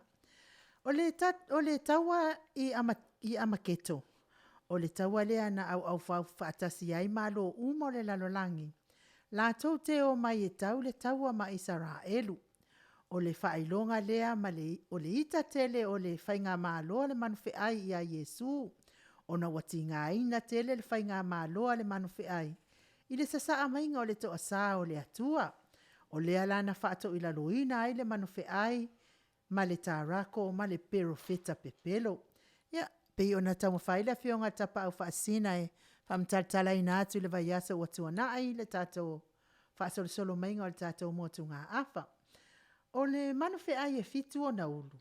Le pei o le whaautala na o le simta upule umatune. O le manufe ai e fitu o na ulu mo na nifo e se fulu. E pei ona tau whaamatala ina mai le whaalinga e se fulu ma le fitu. O tau sanga ia e fitu sa pule ai e le whainga māloa le manufe ai, sa pule ai e le whainga māloa le manufe ai le lalolangi. O nifo fo i e se fulu le manufe ai. O tupu ia e se fulu wa leo o ina maua o la tau mālo. Ai maua e la tau le pule e pei o tupu e tasi le ituaso. Whaatasi ma le manufe ai. Wa loto ngā tasi fo i la tau te avatu a la tau mālosi. Ma la tau pule le manufe ai. La tau te tau ai le taua. Ma le tamai mā moe. Mana tua foi. O lea tātou te tala noa i mea le i o mai. A lea ua aoa o mai le tusia whaalinga i mea o le atutupu le lumanai. Ia o mai nei mea. Malona taunu'unga a ua tāpena tātou te wheta ia i mai ia mea. I le tusi la whaalinga. Whaalinga la lea sifulu ma le iwa. A olona whai upo mua lea la au tau mawhai e whai tau i nātu. Tātou motu ngā awha nā mone yaso. So ina nā tātou motu ngā awha mone yaso. Tusi la lea whaalinga anona whai upo mua. Se ia o i le whai upo e luas fulu maltasi. Ia mase na vaenga o le whai upo o le luas fulu. Ma le whai upo mua se o lima. Ia ala whai tau mua tusi e whaalinga e sifulu ma le iwa. O lona whaatusi lima. Ua vi ia le atua. Awa ua ia wha masino i le whawhine taritane tele. Ua mawai nei mea. Na o whaanongo lea e peisea i o le leo tele o le moto tangata e to tele o le langi. Ua whaapea atu. Aleluia. Waile a li ilo tātou watua le o la tanga. Ma le viiga, ma le whaane ne enga, ma le mana. A wai wha maoni, e tonu fo ia na wha masinonga. A wai wha salaina e ia le whawhine taritane e sili. O le na wha leanga ina le lalolangi ila na whaitaanga. Wa ia tawi atu ia te ia lava le toto o ana au auna. Wa la tau toi whai atu, aleluia. O na alua e ailea o lona sau. E whaavavau, o lona asu e whaavavau lava. Wa whaapa uto e ina e to alua fulu ma le toa whaa. Ma mea ola e whaa. Ma ifo i le atua o le tia le no foali i whaapea atu. Amene, aleluia. O mai fo i le leo mai le no foali i whaapea mai. Ia vivi i atu ia lo o tātou atua. O lo o tou ana au auna o tou ana o tou o ana au auna uma. Ma o tou o e matatao ia te ia. O tangata ATUNU'U a toa mali. Wa o whaanongo fo ia peisea i o le leo le moto tangata e toa tele. E peisea i o le taalili o vai e tele. E peisea i o le taalili fo i o le whaititili tele. Whaapea atu. Aleluia. Awa ua whai matupu le ali le atua e ona le malosi umalava. Ia tātou fiafia ma oli. Matu atu le viiga ia te ia. Awa ua o mai le tau samaanga o le tamai mamoe. O lona whaletua foi wa saunia o ia e ia. Wa tuu ina atu foi ia te ia ina ia ofu o ia ile ie vavae e mama male pupula. Awa o le ie vavae o le ami o tonu lea ale au pa ia. Wa whai mai foi o ia te au. Ia e tusi amu ia e watala ina le tau Amu ia ua tala ina i le tau samaanga o le tamai mamoe. Wa fai mai fo ia ia te au. O afionga moni ia le atua. O na ou whapa ua tu lea i luma o na vai. E ifo ia te ia. A ua fai mai o ia te au. Ia oe. A ua lava. O a ua lo uso a au auna. O so lo au uso foi. Ua iai le mau ia Yesu. Ia e ifo i le atua. A wā o le anganga. O le valoanga o le mau lea ia Yesu. Na uilo atu le langi wa vanoa. Fauta foi. O le solo fanua sina sina. O le eti ai foi. Wa ingoa o le wha maoni ma le moni. O le ami o tonu foi. Na te wha masino matau wai le taua. Wa pei o le mumu o le afi o na. Wa pei o le mumu o le afi o na fofonga. Wa ilona au. Foi pale ali e tele. Wa ya te ia le suafa wa tuusia e le iloa i se tasi. Wa nao ia lava. Wa ofu foi o ia i le ofu ua fufui le toto. Wa faa suafa ina o ia. O le loko o le atua. O au foi o i le langi. Wa muli muli. O au foi o i le langi. Wa muli muli atu ia te ia i lunga o solofanua sina sina. Solofanua sisina. Ua o ofu i la tau i ie sina sina. I ie vavae sina sina male mama. Walu atu fo i le pelu maai lo na fofonga. Ina ia tai ai o nuu. E pule fo i o ia te i la tau i le to ua mea. E soli fo i o ia le soli ngā vine. O le to asama mafa o le atua i ona le malosi umalava.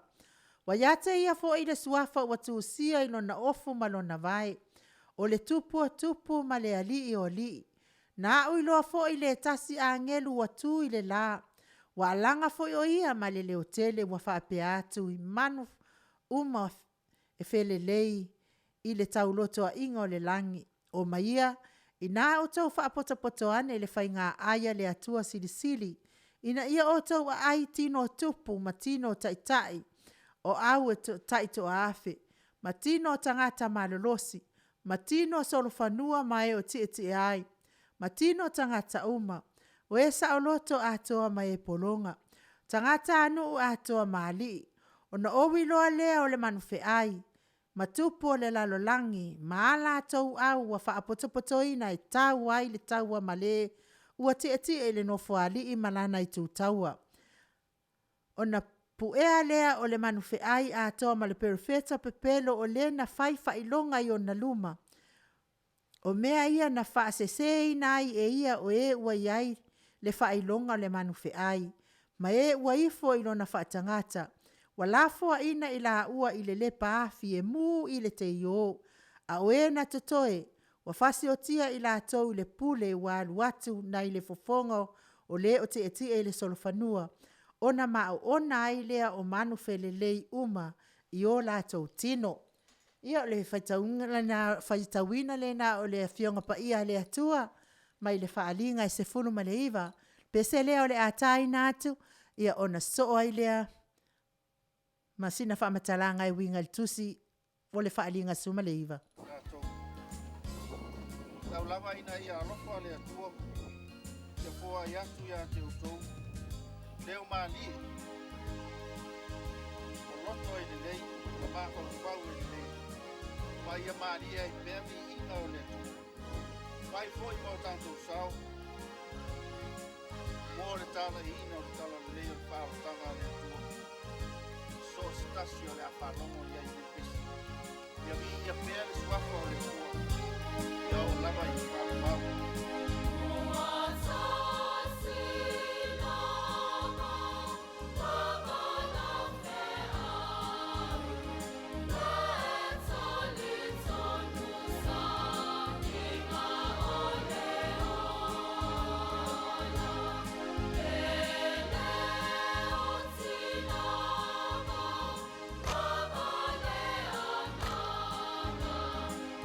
Samoa.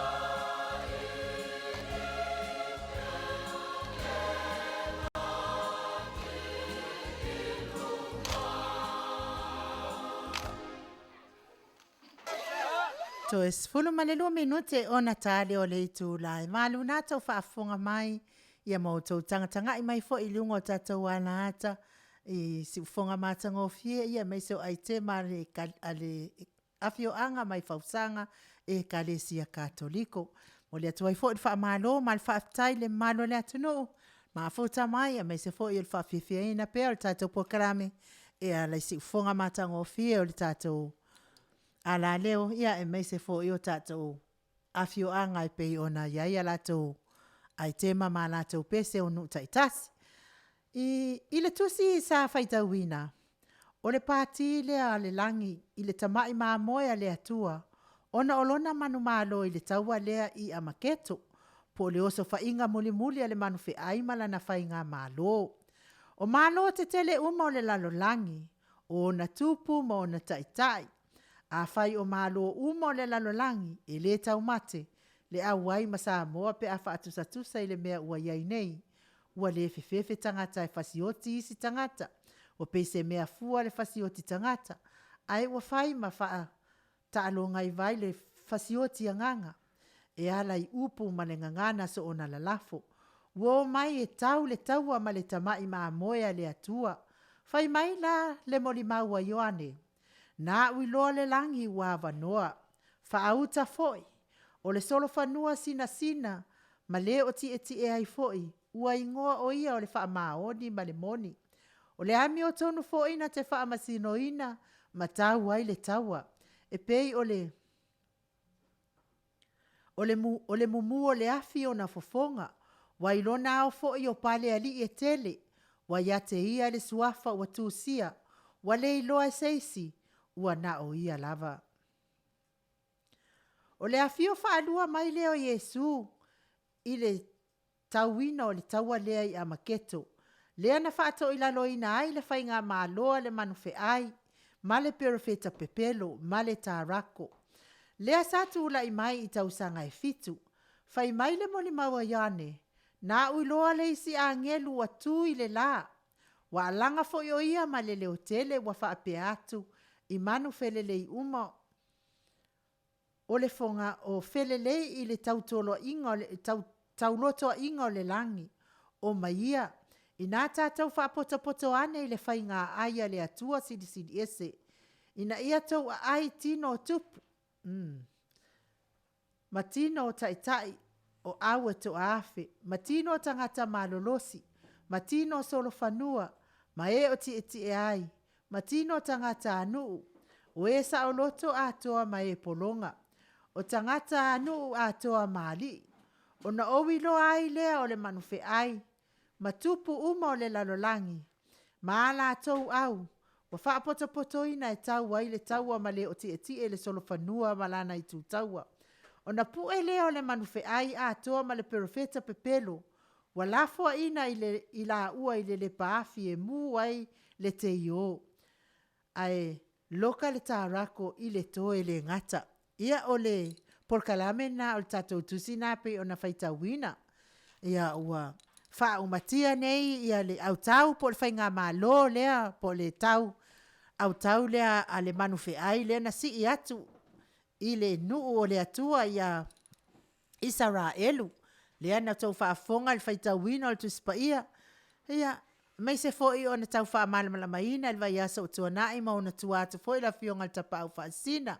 O le au tasi malo uma la langi la tau wa whaaita o le manufe ai ia ma le perofeta pelo a matoa ma le tarako ia le lalo langi a toa ina ia feita i le whainga malo le atua ina ia feita ia lea la ua taua ia Israelu lea la ia le taua mulimuli lea po le oso whainga mulimuli lea olo o maua i le tusi lea esfulu ma le valu le taua lea i a maketo pei ona o wha malamaina i lesi tatou motu ngā afa o le taua lea sa e wha apeina i le atua lea li titai o le vai o Efrate ia ai o atu ai le au taua lea i o tapena penanga le atua ia wawa i sila fia i le atua ia o le a si i atu le i tu taua a le manufe ai ma le lalolangi atoa ia pe ona tau whaafonga mai o tupu maali o e solfanua o latou uma o e polonga ma e sa oloto, ia walato wo mai au whaatasi, lato te tau le taua mai Yesu, ia po le tamai ma moe.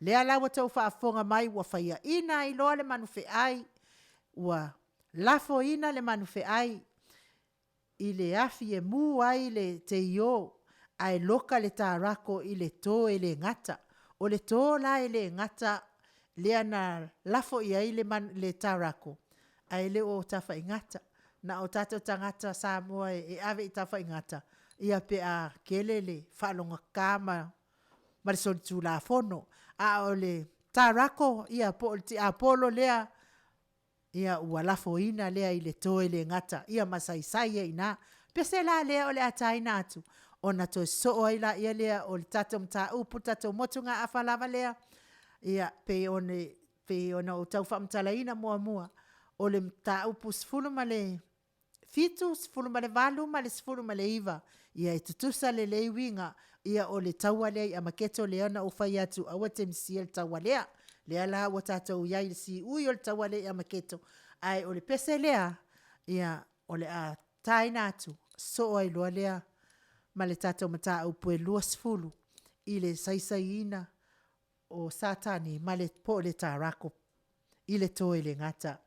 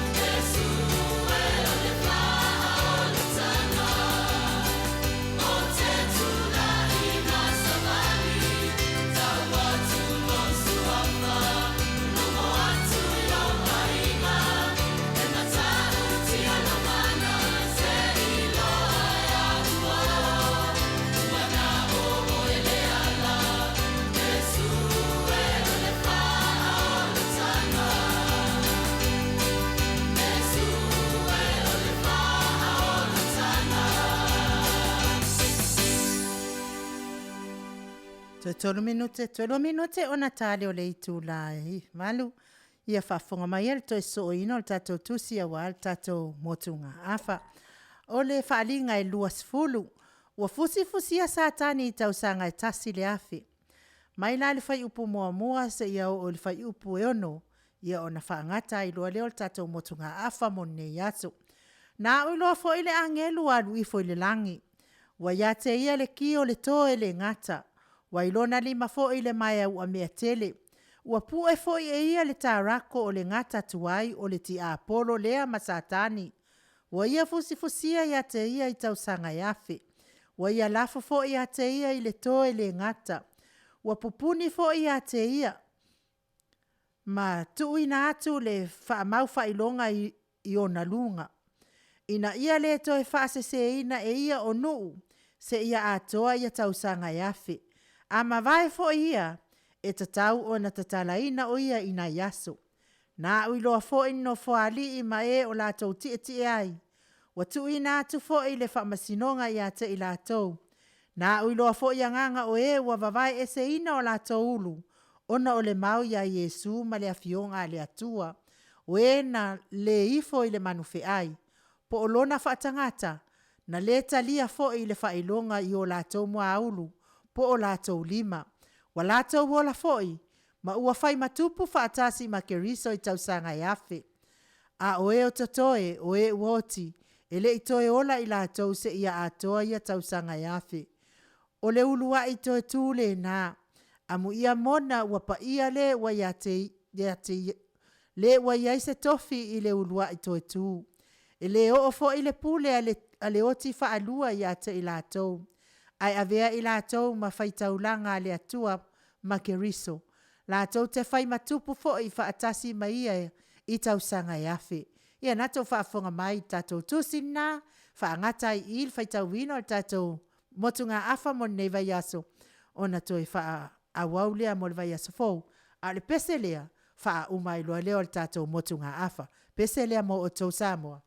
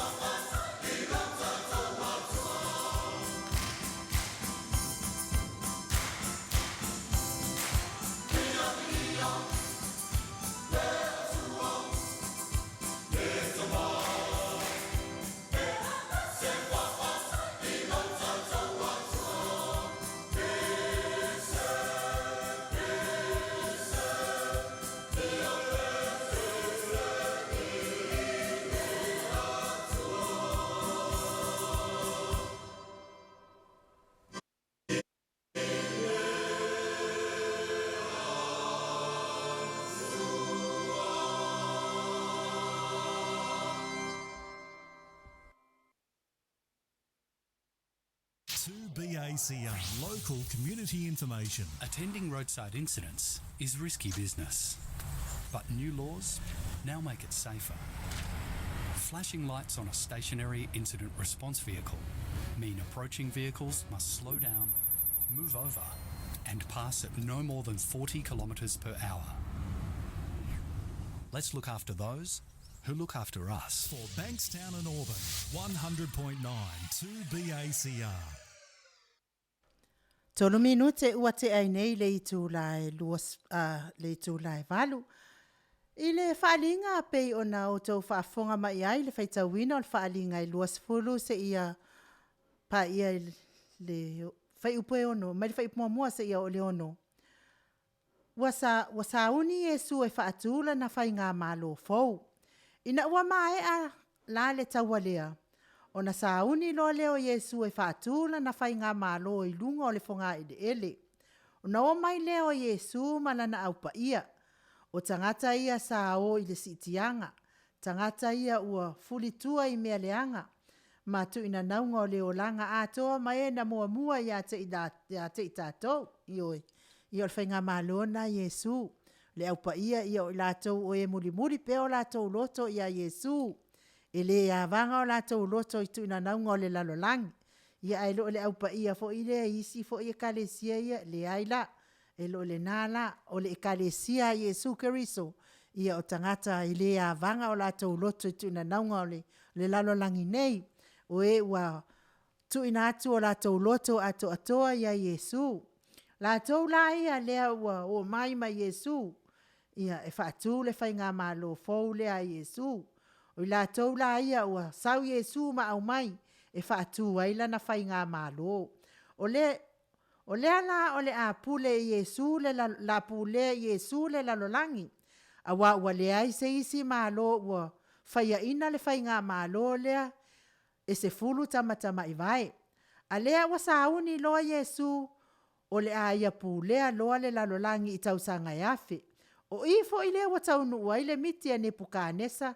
Lea sa tātou tala noa ina le amatanga o le tātou motu ngā afa. Ua taa vale mai le maa. Ua tau le tapu vai o le whaatangata. O na nuti ai lea o le whaatangata. Ai o le maa lea. Ua whai nei ma maa tuli manu. O le maa la lea. O le a ia pulea nei le lalolangi. Ma umai ma le POLOKALAME a le Atua. O le maale na o Yesu Keriso. O lana whai ngā malo. O lea o le a fio mai le lalolangi le nei. Na te pu lea le lalolangi. Ioe. O le tanielu whaafonga mai le whaitawina o le tanielu e fitu. A o lona whai upe iwa. Io nisi nā mau. E whaa. Mau tui nā i pēa le whai ngā malo a Yesu lea o le a fio mai. Na te pūlea le lalolangi. Whai upu la iwa. Tanielu le fitu a lona whai upu iwa e whaapea. Nā uwawa ai ina ia se ia tu mai o nofo a lii. Wati e mai fo i le ua mai ana mua o naso. Wa sina no na ofu e pei o le kiona. Maona la uao e pei o le fulufulu ma moe le lei. O lona nofo a lii o le afi mumuia. Ua se afi ua mu ana mea e taa vale ai. O le whai upu na iwa, whai upu e lua sifuru ma le lua sufitu. E whaapea no na whai tawina o le whai upu e lua sumalua. Ina se ia afio mai le ua mai anu moa o naso. Ma ua tu ina mai le wha masinonga i le au pa ia a le sili ese.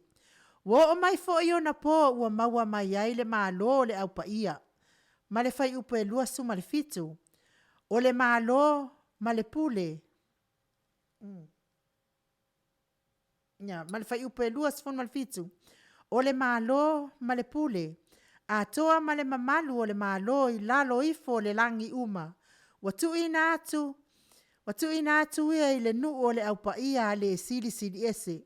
O lona malo o le malo e whaavavau lea. E au na mausi usita ia te ia o pule umalava. Toi whaafonga tasi mai al whaitawina o le tanielu lea e fitu alona whai upe lua sumal fitu. O le malo ma le pule, a toa ma le mamalu o le malo i lalo ifo o le langi uma. Lungo inga o le lalo ifo o le langi uma. Watu ina atu ia te ia le nuu o le aupa ia a le sili ese. O lona malo o le malo e whaavavau lea. E au na mausi usita ia te ia o pule umalava. Ia.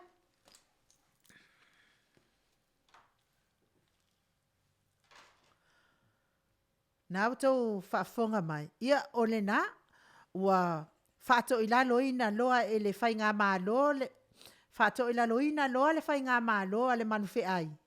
Ua tongi nei le perofeta pepelo i le toe le ngata. Ua tongi nei le perofeta pepelo i le afi e muai. Loka le tārako i le toe le ngata. Ai a fio Yesu i Yerusalema. Ma fausia ai lo na mālo. Nia ole ngā. O Yerusalema lea la fausia ai le mālo. O le whai ngā mālo. E o mai ma le aupa ia. O le aupa ia la lea. O le anofo tupu whaatasi ma Yesu. Ma ole la lolangi atoa. I le meleniuma lea. Po le afe tausanga. E pu lea le la lolangi ma Yerusalema. Ona o le whai ngā māloa Yesu. E whaatu Yerusalema.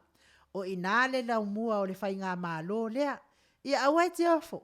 E le o le langi lea e tala noa iai le afe tausanga o lumanai. Le anga lea ua toia fio mai Yesu i le lalolangi.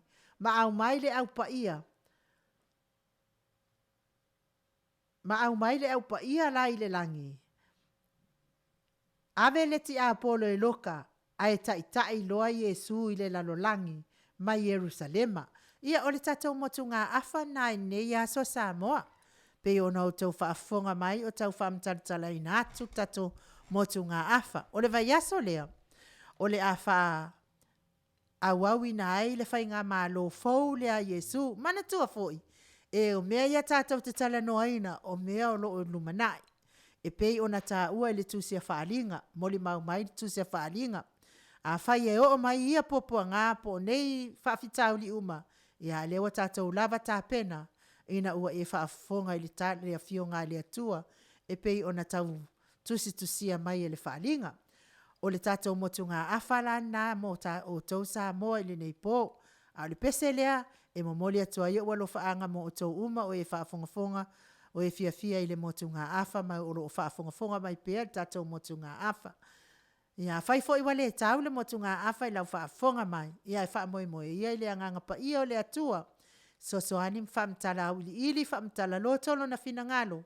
I lau whaafonga mai Samoa le nei tū lao le pō. Ai o le pese lea mo o tau.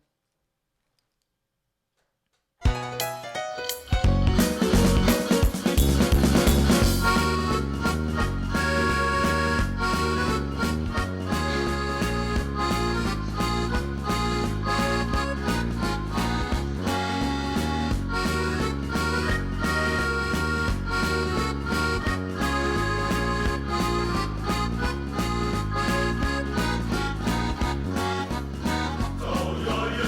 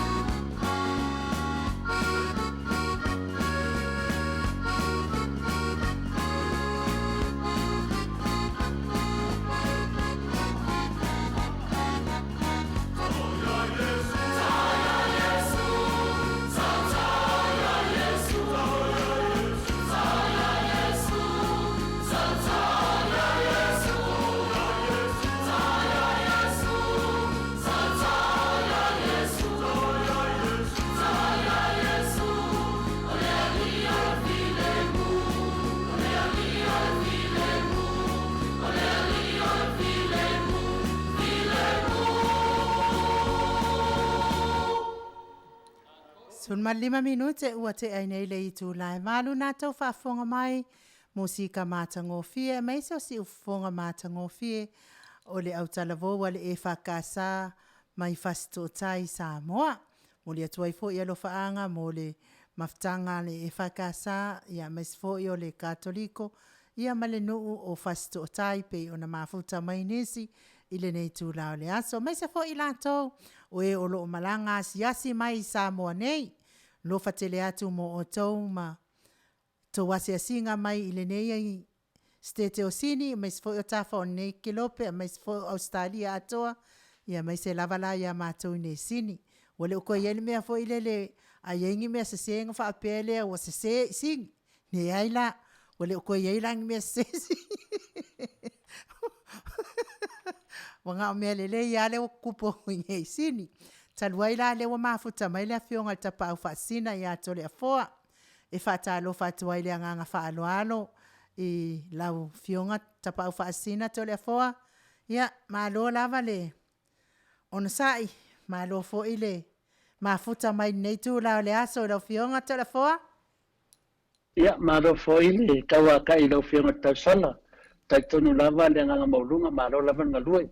Malo foi fonga malo foi le tama fai wa foi le mamaro le tato ATUNU'U ya o le o ma fatasi foi male ya mutalo ya le sui for tato titi sao e foi nei mea silenta wa inga noa e foi na te 15 year foi le ftelenga ya mutalo e ese mai foi matato fala wiloa pe na ya le tato company malo se titi sao ono tu danga le nei ya inga noa o le wa umana pikina le awar tato man Samoa mole mo whangata male o la PNC po le whangata male e la VIA fiti matonga me se foi Amerika ia na Samoa le tato au alo ia ave le talonga le wha malo ta alo Australia ta alo no le ma tato atu lo melo fele po la lang ono tal wai la temine o se fifianga tele le alo wai ne ma malo le ATUNU'U le wai le la to au ia me se foi o le sa tele ama faunga nei ina noa sa tele ama faunga ina wa mai le tato au o le nganga maulunga la o le ia le kapteni ia po se tasi fo yo le ama noske le io leftua le mai le vai monga ia le tele na ia mutalo io se tasi lango sidi si tono tapulenga io ia le man malo io mo se no sidi ia mutalo i le turanga ma no fa tele la fionga tapa fasina. Ia on mea tā ua male fia fo ia o lo wawai atu sulu tino ia o lo e sangi fia mai pe Samoa. Ia on mea sili nā tā ua o lo maua pe lau fionga soifua malo ina. Ia me se fo ito i mafuta mai o le talainga ia multalo. Ia tau fai wha malo i le alofa o le atua. Al atua tu sa o lo alua POLOKALAME multalo. Ia wau le MAIMOA atu le malo le ATUNU'U ia te olua. ia LENEI whaftai dawa mo le awanoa. Ne TAIMI multalo, o lewa announce le tato team o le Malu Samoa. Ia o lau tau fie o le team lea, pei o le tāronga e whapitoa lava mo fiti matonga. Ia me si foi ma Amerika. Ia o na maua ilola ia le tato au tār mo Australia. Ia e tatele i o le tūlanga lea. Le tūlanga lea wei nei le lakapi nei Samoa. Le nanga maulunga le no vai nafi o pepese mai le man maroli i o sa nafi pese melta ta mo le man malo foi le super 9 ila wa mata tue wa hal wel mun la kapi le Samoa da so sila ya I patu tu sa wal mene ne wa to mo fain ya ono lo moto tele la mata meti le tono Samoa ya te tal tono foi ya o le ese foi le vai le te vai e pola de tu langa o lo pikineta to ya o te lo ya o se ele mo faina ta fa pe atu ala so sila ya I mutalo ina wa ana nafi le na mai tato ana po ya Faftai mo no to le fo fatara fa fu pe yo su tato to ya pe la wala mo wal TAIMI aso e fo ini so ta mai na fiona ta pa fa si ole vai ngale tato la kapia le nga fi bla faftai mo le pulina ma tato suyo unit awai saya vai hule ta alo na kana ona fili maleo a foi na ta alo ya foi le fai suyo uni uni Nga sa ia ana fasono sa fata au fui tu malo. O le mena sa tu le mai. O vai foi pulena.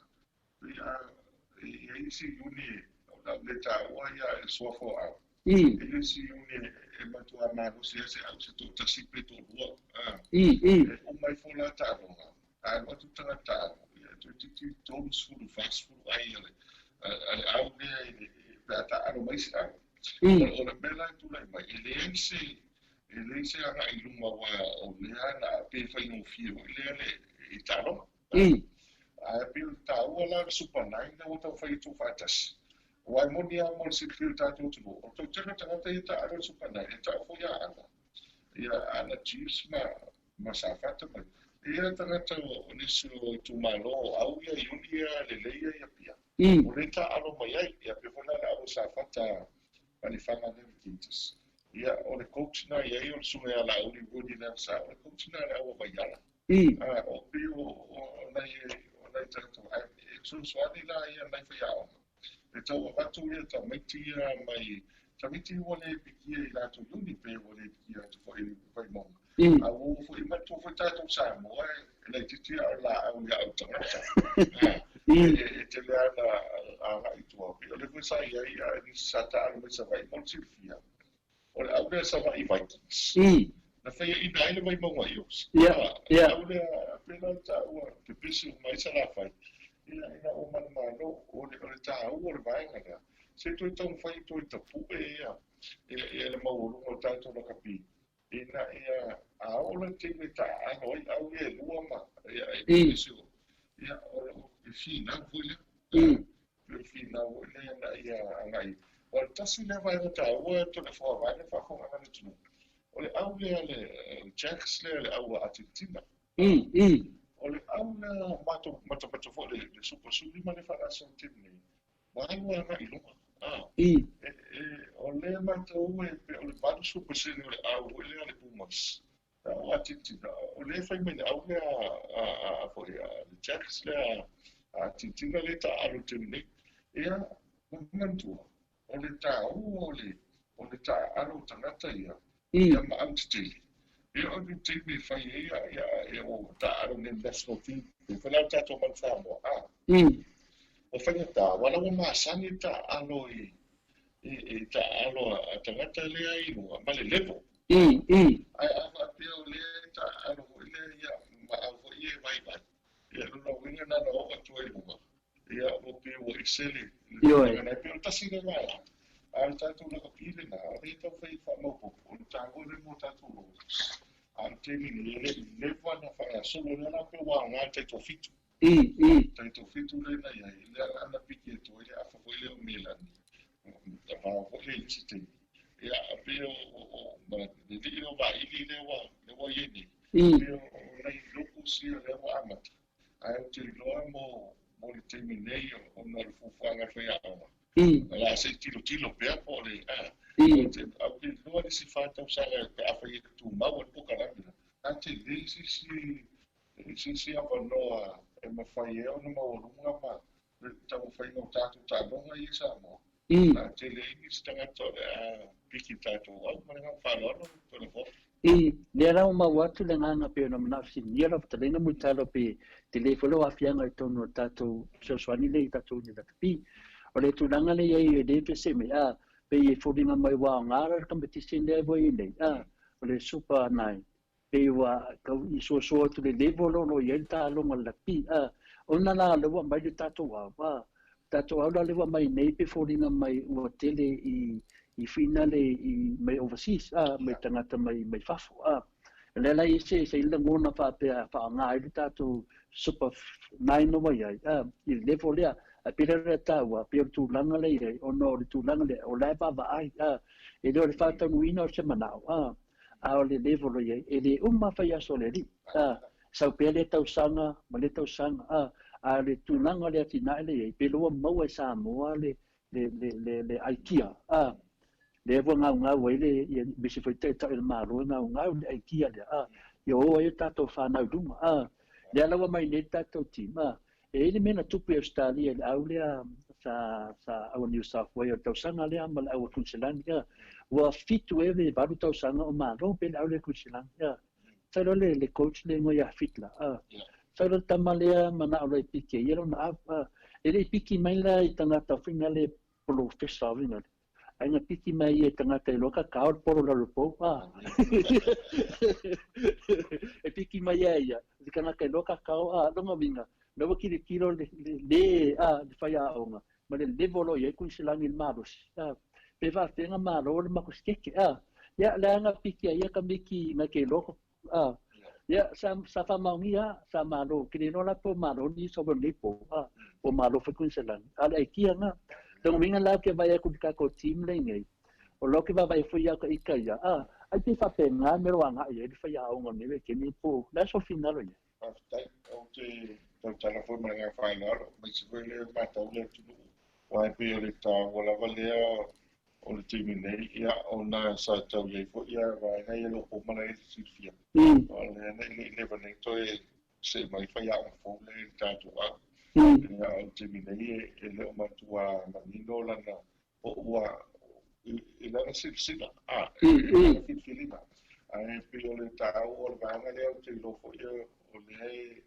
telo te a tono o le Samoa le te mea siase te lo kalapu ia I fafo ia matu hoi o le tau o hoi o kalapu I fafo I sisi hoi a mano matu hoi a fape o le e taunu watu ai o lo mo lunga le competition nei o le soani le pe o soani le mo tanto ia o le pikina nei au ma fitfili o au toda fo se fa el fa fon bene tu pe ia le TAIMI a fitfili au ia ni si fo ia fa mali fifi vai ele fa no fie sa quella tu no si TAIMI pe le ta o le mele ele au le mo continua mo le e por la o tu tele ni se tu la vivea nei tu foi tanto tá longa tu não fit ia e pe o le World Cup ia so pe la ta o le pe ni tanga ia o te no foi le sila ia se tá tu le management malato ala vea ni se sile I ta longa ia e no mane to ma fit mai ia e ta pa ni se le tu a tu no foi o le la ma tu ma finoi ele mena I wa ta ta va fa ele mena tu polista usanga valeva o mo o te suta usa o ma tu au I ta fa ta vai mo finally on the final foi le fa I want the first five for the ta also kick ma tu first five here ele polo I lo mala fa mala what over yeah I kick the first five for my job what will I have kick the side I don't know pio le nga ia o le lango ai vai ai fatai ai to le fo o te fatai matua mai na se foi a lo fa da o se tatu no o lo la papa ma le fingo fi ele e lo fo mai o la to te e fai anta a no se tatu no o memoria ia na via le pa ma be foi sta tu ai ma o le foi si le mata eu vai ter ele full performance o amonia pensar ele lá então só não tá não a fazer o fale ele o fa mal nem lá na toda linha ele então só então não tá se levar nessa se lá ele management so me vai lá na o tudo mais para ele foi nem tá tu foi a então se aí na tá tu lá no pia ai mo le avono isso eu vai tu mata foi pe ATUNU'U mai ne ta ra mo mo me ale tanga tena fa mau ia o mo ia lu va sumi mucho le ta mo ipa ia vai a me se ana to ia il competition ali New Zealand Australia la ta vai o to tele fu I vista na tai a me se fu ia na no I falani mai se ia e te lo ai na mo lu e fu a competition o le level competition e ai ia o le level na ia a fa pioni o se tava foi le fatto malo ste e atania le pa ia o pe al me e ma se na ma se ni tala no ia o mano a fa pe te alo mai fe au mano ia pe te e foi ni vai se te foi lo ale mo mano mo to ia to pela tāua ki whiwhinga lea. Maua ile I lunga le malai. Pe o sao whiwhinga. Pe o maua le manos. Maranga whāwano, tōna whā. Ia, le lawa maua le au sid ona tūlanga iai. Ono le ia siti fo ia mutalo. O tātou whānau malo le ta alo I whafu. E le whiwhia ia kalapu e o mai ta alo mon Samoa. E le te teima whaiuna mai ono le tūlanga lea. Ala bea la tamata alo. Walusi le kalapu. Mela na ele o manamlama ito tele o tātou. Ona ele le ia la tātou ia. Ai la bea mai ele se tupe o maua. O le tamaiti ia. E la bea malusi tamata alo. Ia kukongi kalapu. Ia umalongo kukongi kalapu umakumana karia. Ai lewa ofa mai longa sava. Ale kia lani mea ngā ofisile koai. Onga ola ngonga maua pe a wale pikia. Onga ele o iese sui tātou nei Samoa supanai. I taimi nei. Na olei kongo le reserve tatari lea ele travel pe ele malanga fo ia. O le meila le te vaai au ia. E te vatuatala ia kusilangi mini safwe. Ia ave tātou whatutuanga. Wa samatua ai baris fu paseng te el makuskeke. Ile au le tamale o fitla. Onga ole va mai ole team ole team numero 2 e le se team ne ka alo au malo se kuiselang ai la kungal team fai le kui o kuiselang e le ia se kama I kamo e mo ele pidia e le papa ia le polo le sko o se me mawa onga o lewa ave fa ku kwanga ia le coach pa foi le coach no fa melankala e pike ha ulo team ia o le asa sawa le lau mawhawhau ni o piki kako au. Ngai lau mawhawhau o le inga le moleanga I tu moleanga pi. O le wai kako suponai, masalo po lesia o kako piki ngol kako au. Ia la piki me kako suponai. Arke mingei. Ia kia wai ia kako kue lea au ia. Ia maua mai se mea lau ngā whasoa kumutar. Pea nau tatalai. O le mōlunga le leo tātou au I nei. Pe o le maupoponga. Pe o le tāua aia, o le iusia, o la taia vai, e whai le lotu. O le maupoponga o le ema, me se fo ia tamata ala ma pule. Pe o le tasi le vanga tāu. O te lo fo ila le fisilingia ia le lo hoi filfilinga le songo whai awa. Ia vai pea na uwhai atu fwai. E manino a pea o le teimi e tā aloani. Ia o ina o le a noa e fwoi. Le aulo refi. Le aulo refi. Le ina o le mai tōtani le tua a whai o le sila lea le sungo whai a awa. Ia a tonu o lana au lea, o numera tasi o manatu ia e tala whea ngai mō tālonga ia. Ai pi o le vaenga lea sa taona o na sila pi o tūno whai manuki. Ngā mō alo whanau o lo nei. Ane, pio le loto nuu le e tāua e tātou tangata. Te lo whai aone sa i o le tau whai lokus. Ia o le me whai leo le pata alo. E po le ale se le whai alo watu a woti. Wāne whafonga ngare tunu. Wāne le ono le alofa le tunu. Au te inoa a whapea e ngāro loi whale le pūlenga ma le whai aonga. A ia whaofi le le loto whina ngano ia. O au ta alo e tu sa pe te sa fafo pe te nei ai mo le loto no le o te loa le o se au ma popo ma se au leia e na ia e le na fa ta ngina pe ma le so na le titi le ta o le malanga mai o nisi o ta tu alo fa na li fafo mai pia na ta o mai te nei ia alo le o ia ta lo mai so e le man bia ta ana vea ni la e se tamata alo I nei tāronga I whai a whiti matonga. Te le mea la ale alo le moka. Ia mo muta ia long tau whai. Ia ona le mau whaio le avanoa ia a whapea le whalani po le lani po sisi wahenga I olonga. Ia rono ina ina na whoi a tōgu la me whapea nola ia le o la whoi o le kala. Ia sau ia tā rulu lima whaitau wha. Ia mani te ia a whapea tu ngā manoa. Ia mo umai I kawia. Pia le tasi le wahenga e mamore whawhaktai. Ia wai le na o aro wha ia ora tu aina. Mangla todo mana. Wai o lau te wai tō tēnu stamati le lei o lo ta alo foi New Zealand Australia. A le mele tu lai mai. ele o whatangaina kala. Ia au iai fu se manatu o nei te martina. Ia ona o lai na naula tu le ta ano mo au no class ia po. E po au foi la pizza pe o.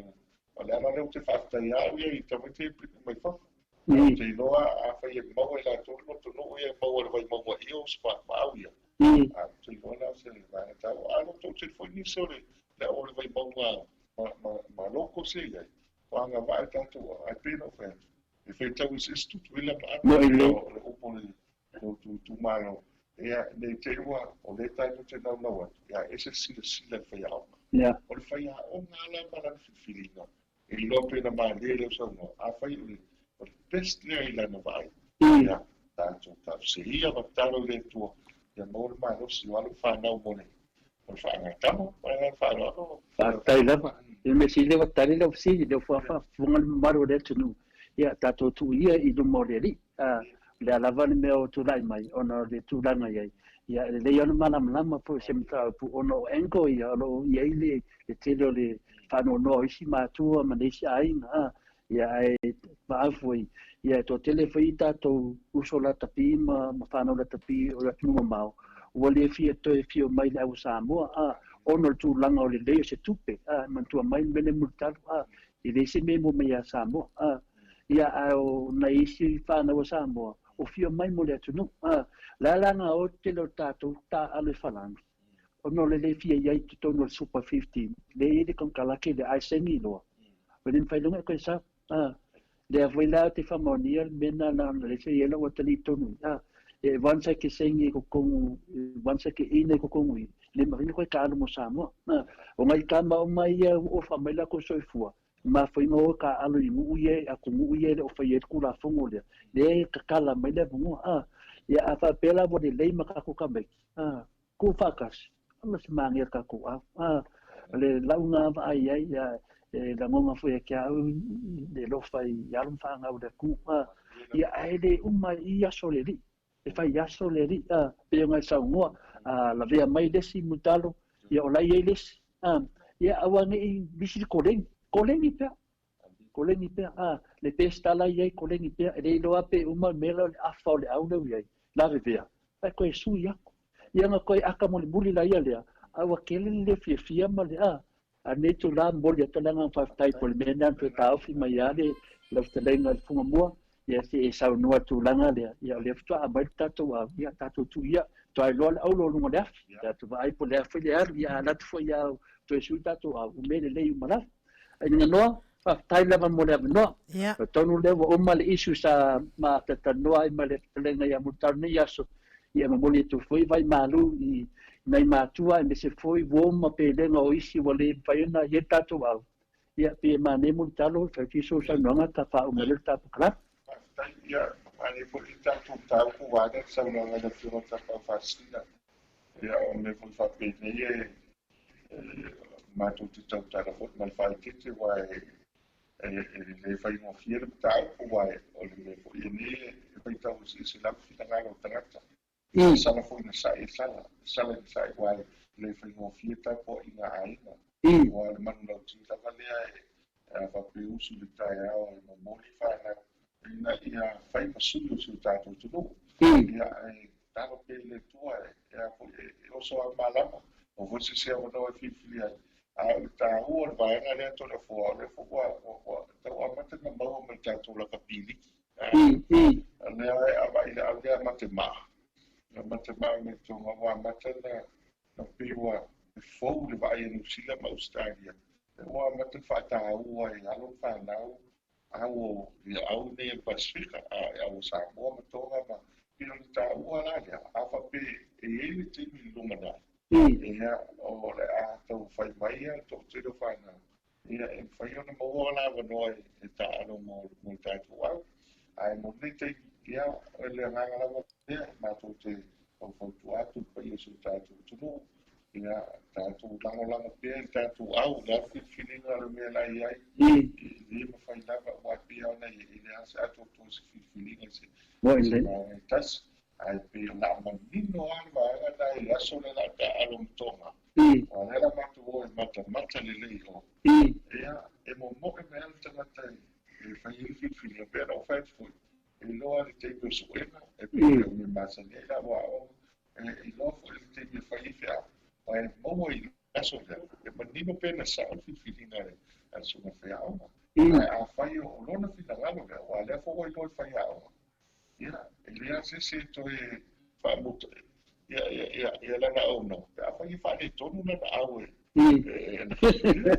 ai ora fa tai to le fo pe fa tai ia fa tai la vai ta ma ti na me se fa fo la ta tu mai Australia New Zealand o to lo la fa te tele mo le lango re su ta tu tu fa tai ia ma tu fa na ele anga mai o to tele fa na ne vai TAIMI to le fo ki ngana va no e fai ala mo le tumo o le ia se so tai mai e ta to problema ele fai mo fie fo ele problema le tau sa ilinga mo ile na ia o wai no fa lo mo ilisi fai a o ngai tu atu ma se di ma to fai me to titi e asi kala uma tau ia mo ni se ta ala mo ta to ia o te lo uma lei tu la ma lo e ta to yuni ia mai se vai ia ai tato talo pele tu o te talo al pele mana ia talo al pele ia ele lope ia nga fo le pele kupu ngai fuso anga chaso ama pa etis ma ngai fo le anda to fo le pele se tanga te fa ni ya no ye tan se fo ma le fa pena fi na ngalo au tele pa o man sa mo le na yo tau le lo e tanga ta ia na to ai te o e mo fo ai le yo au do ai la spa to ai lo pe o malai ai fa te te mo ta tu mo fa te fo lon tau ia mo pe o so po yo mala mo pe ai fina ngalo fa dia ia wale no mana i ma fa le no o ta to o ma sa mo ia ta to fi mo wa so ia ia te no ma sa dia te fo i mai la pe pa fo le ia so ia vai mo ta eu mata nga tu ele o mai ta no ma na yo o ta no ta tu eu ta na tu le mera fa o tu le fo ya ina no ya ina wa sa no atu pe trade for lenga ya bultano fa matwai ma o foi POLOKALAME ta tonu lava na nganga ya ele to fa lenga for lenga ya bultano se tu ta to POLOKALAME lo se ngai mo frenga ta sala man via lava te mo to ta to POLOKALAME lunga YouTube ma fa penga for ta to 2PAC 100.9 tato le tio fasalau moto VIIGA. Ma no whaftai tele lua wa ase lua lau tō whamutalo. Talenga mutalo ia mai se fo ilo fionga tapa au whaasina. Whaftai fo i motalo al tātou lakapi. Ia tarisia ia fo ia tapo inga al tātou au. Ia i whaingata. Ia whai fo ia le whaingata fo ia ta alo anai alo ma whanawa le ATUNU'U. Al tapo inga fo ia le ATUNU'U. Ele se mea whaingo fia tapo ia le ATUNU'U. La lava fo ile tu po sa wai ta alonga ia ala lava le ATUNU'U a wala to tapo inga ia la to tama fa na o lo fa lele atu ia wa fa anga tama ia ai fa so ifo ia manuia fa nga ma lo longa po ile lua va se lua o le o to spunu ma le fito minute ona tale o le itu lai iva ia ai le o to tele stato TAIMI o to Samoa lo fatele atu fo i le mafuta mai lunga o penga te whailangi mai se fo ia lau whaafonga mai i le tātou le tio le 2PACR se lau te sima le iwa whaamo tō whaafonga mai fo i whaataltala noaina o le tō whaia muntalo ia mai se fo i le fionga i tapa au whaasina ia mwaa fo i le sauni atu o na i alom whanau o le ATUNU'U o e uapiki ia su e se tātou au mo le whaanga tamale le talonga le ipo le lalolangi. Ia le pesele e mo le atua i fo ia lo whaanga i le nei tū lao le AFIAFI pa anga manawa a le tātou le tio le naita mama tina mātutua wa le tā ua o tau suafa a o lo tau whaafonga mai. Mai se fo i le tina matua lea ia le ata pese mai le ata pese tā mai o i le whaitu lea i sa fotu lufa tele atu mo o tina matua na i tina matama o e lo mafuta mai lawa ma Maota fea lava lo e mafuta mai ai o le pese lea mo le atua ia lo whaanga al POLOKALAME mo o tau umalawa i le nei tūlau le fiafi.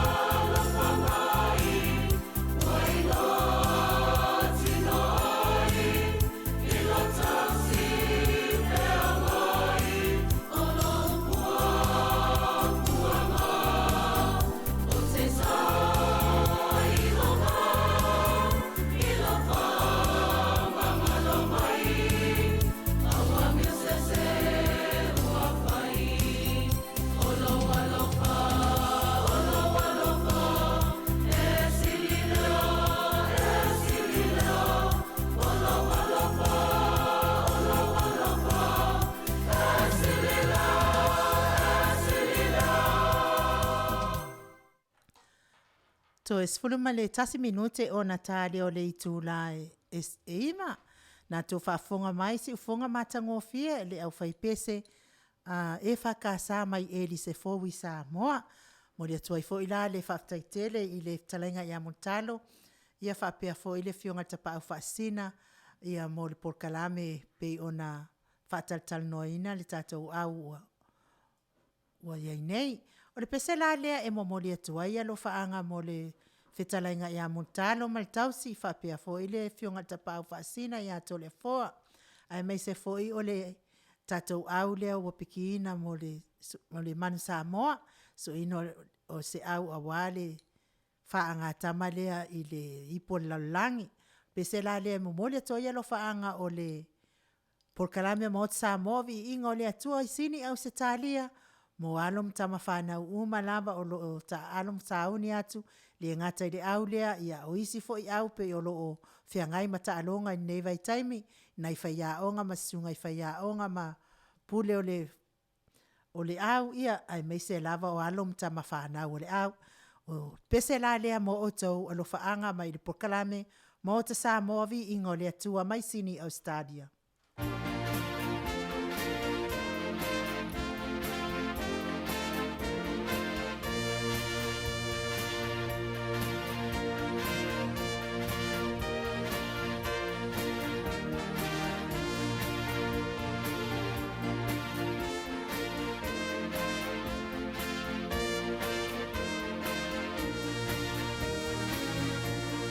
Roadside,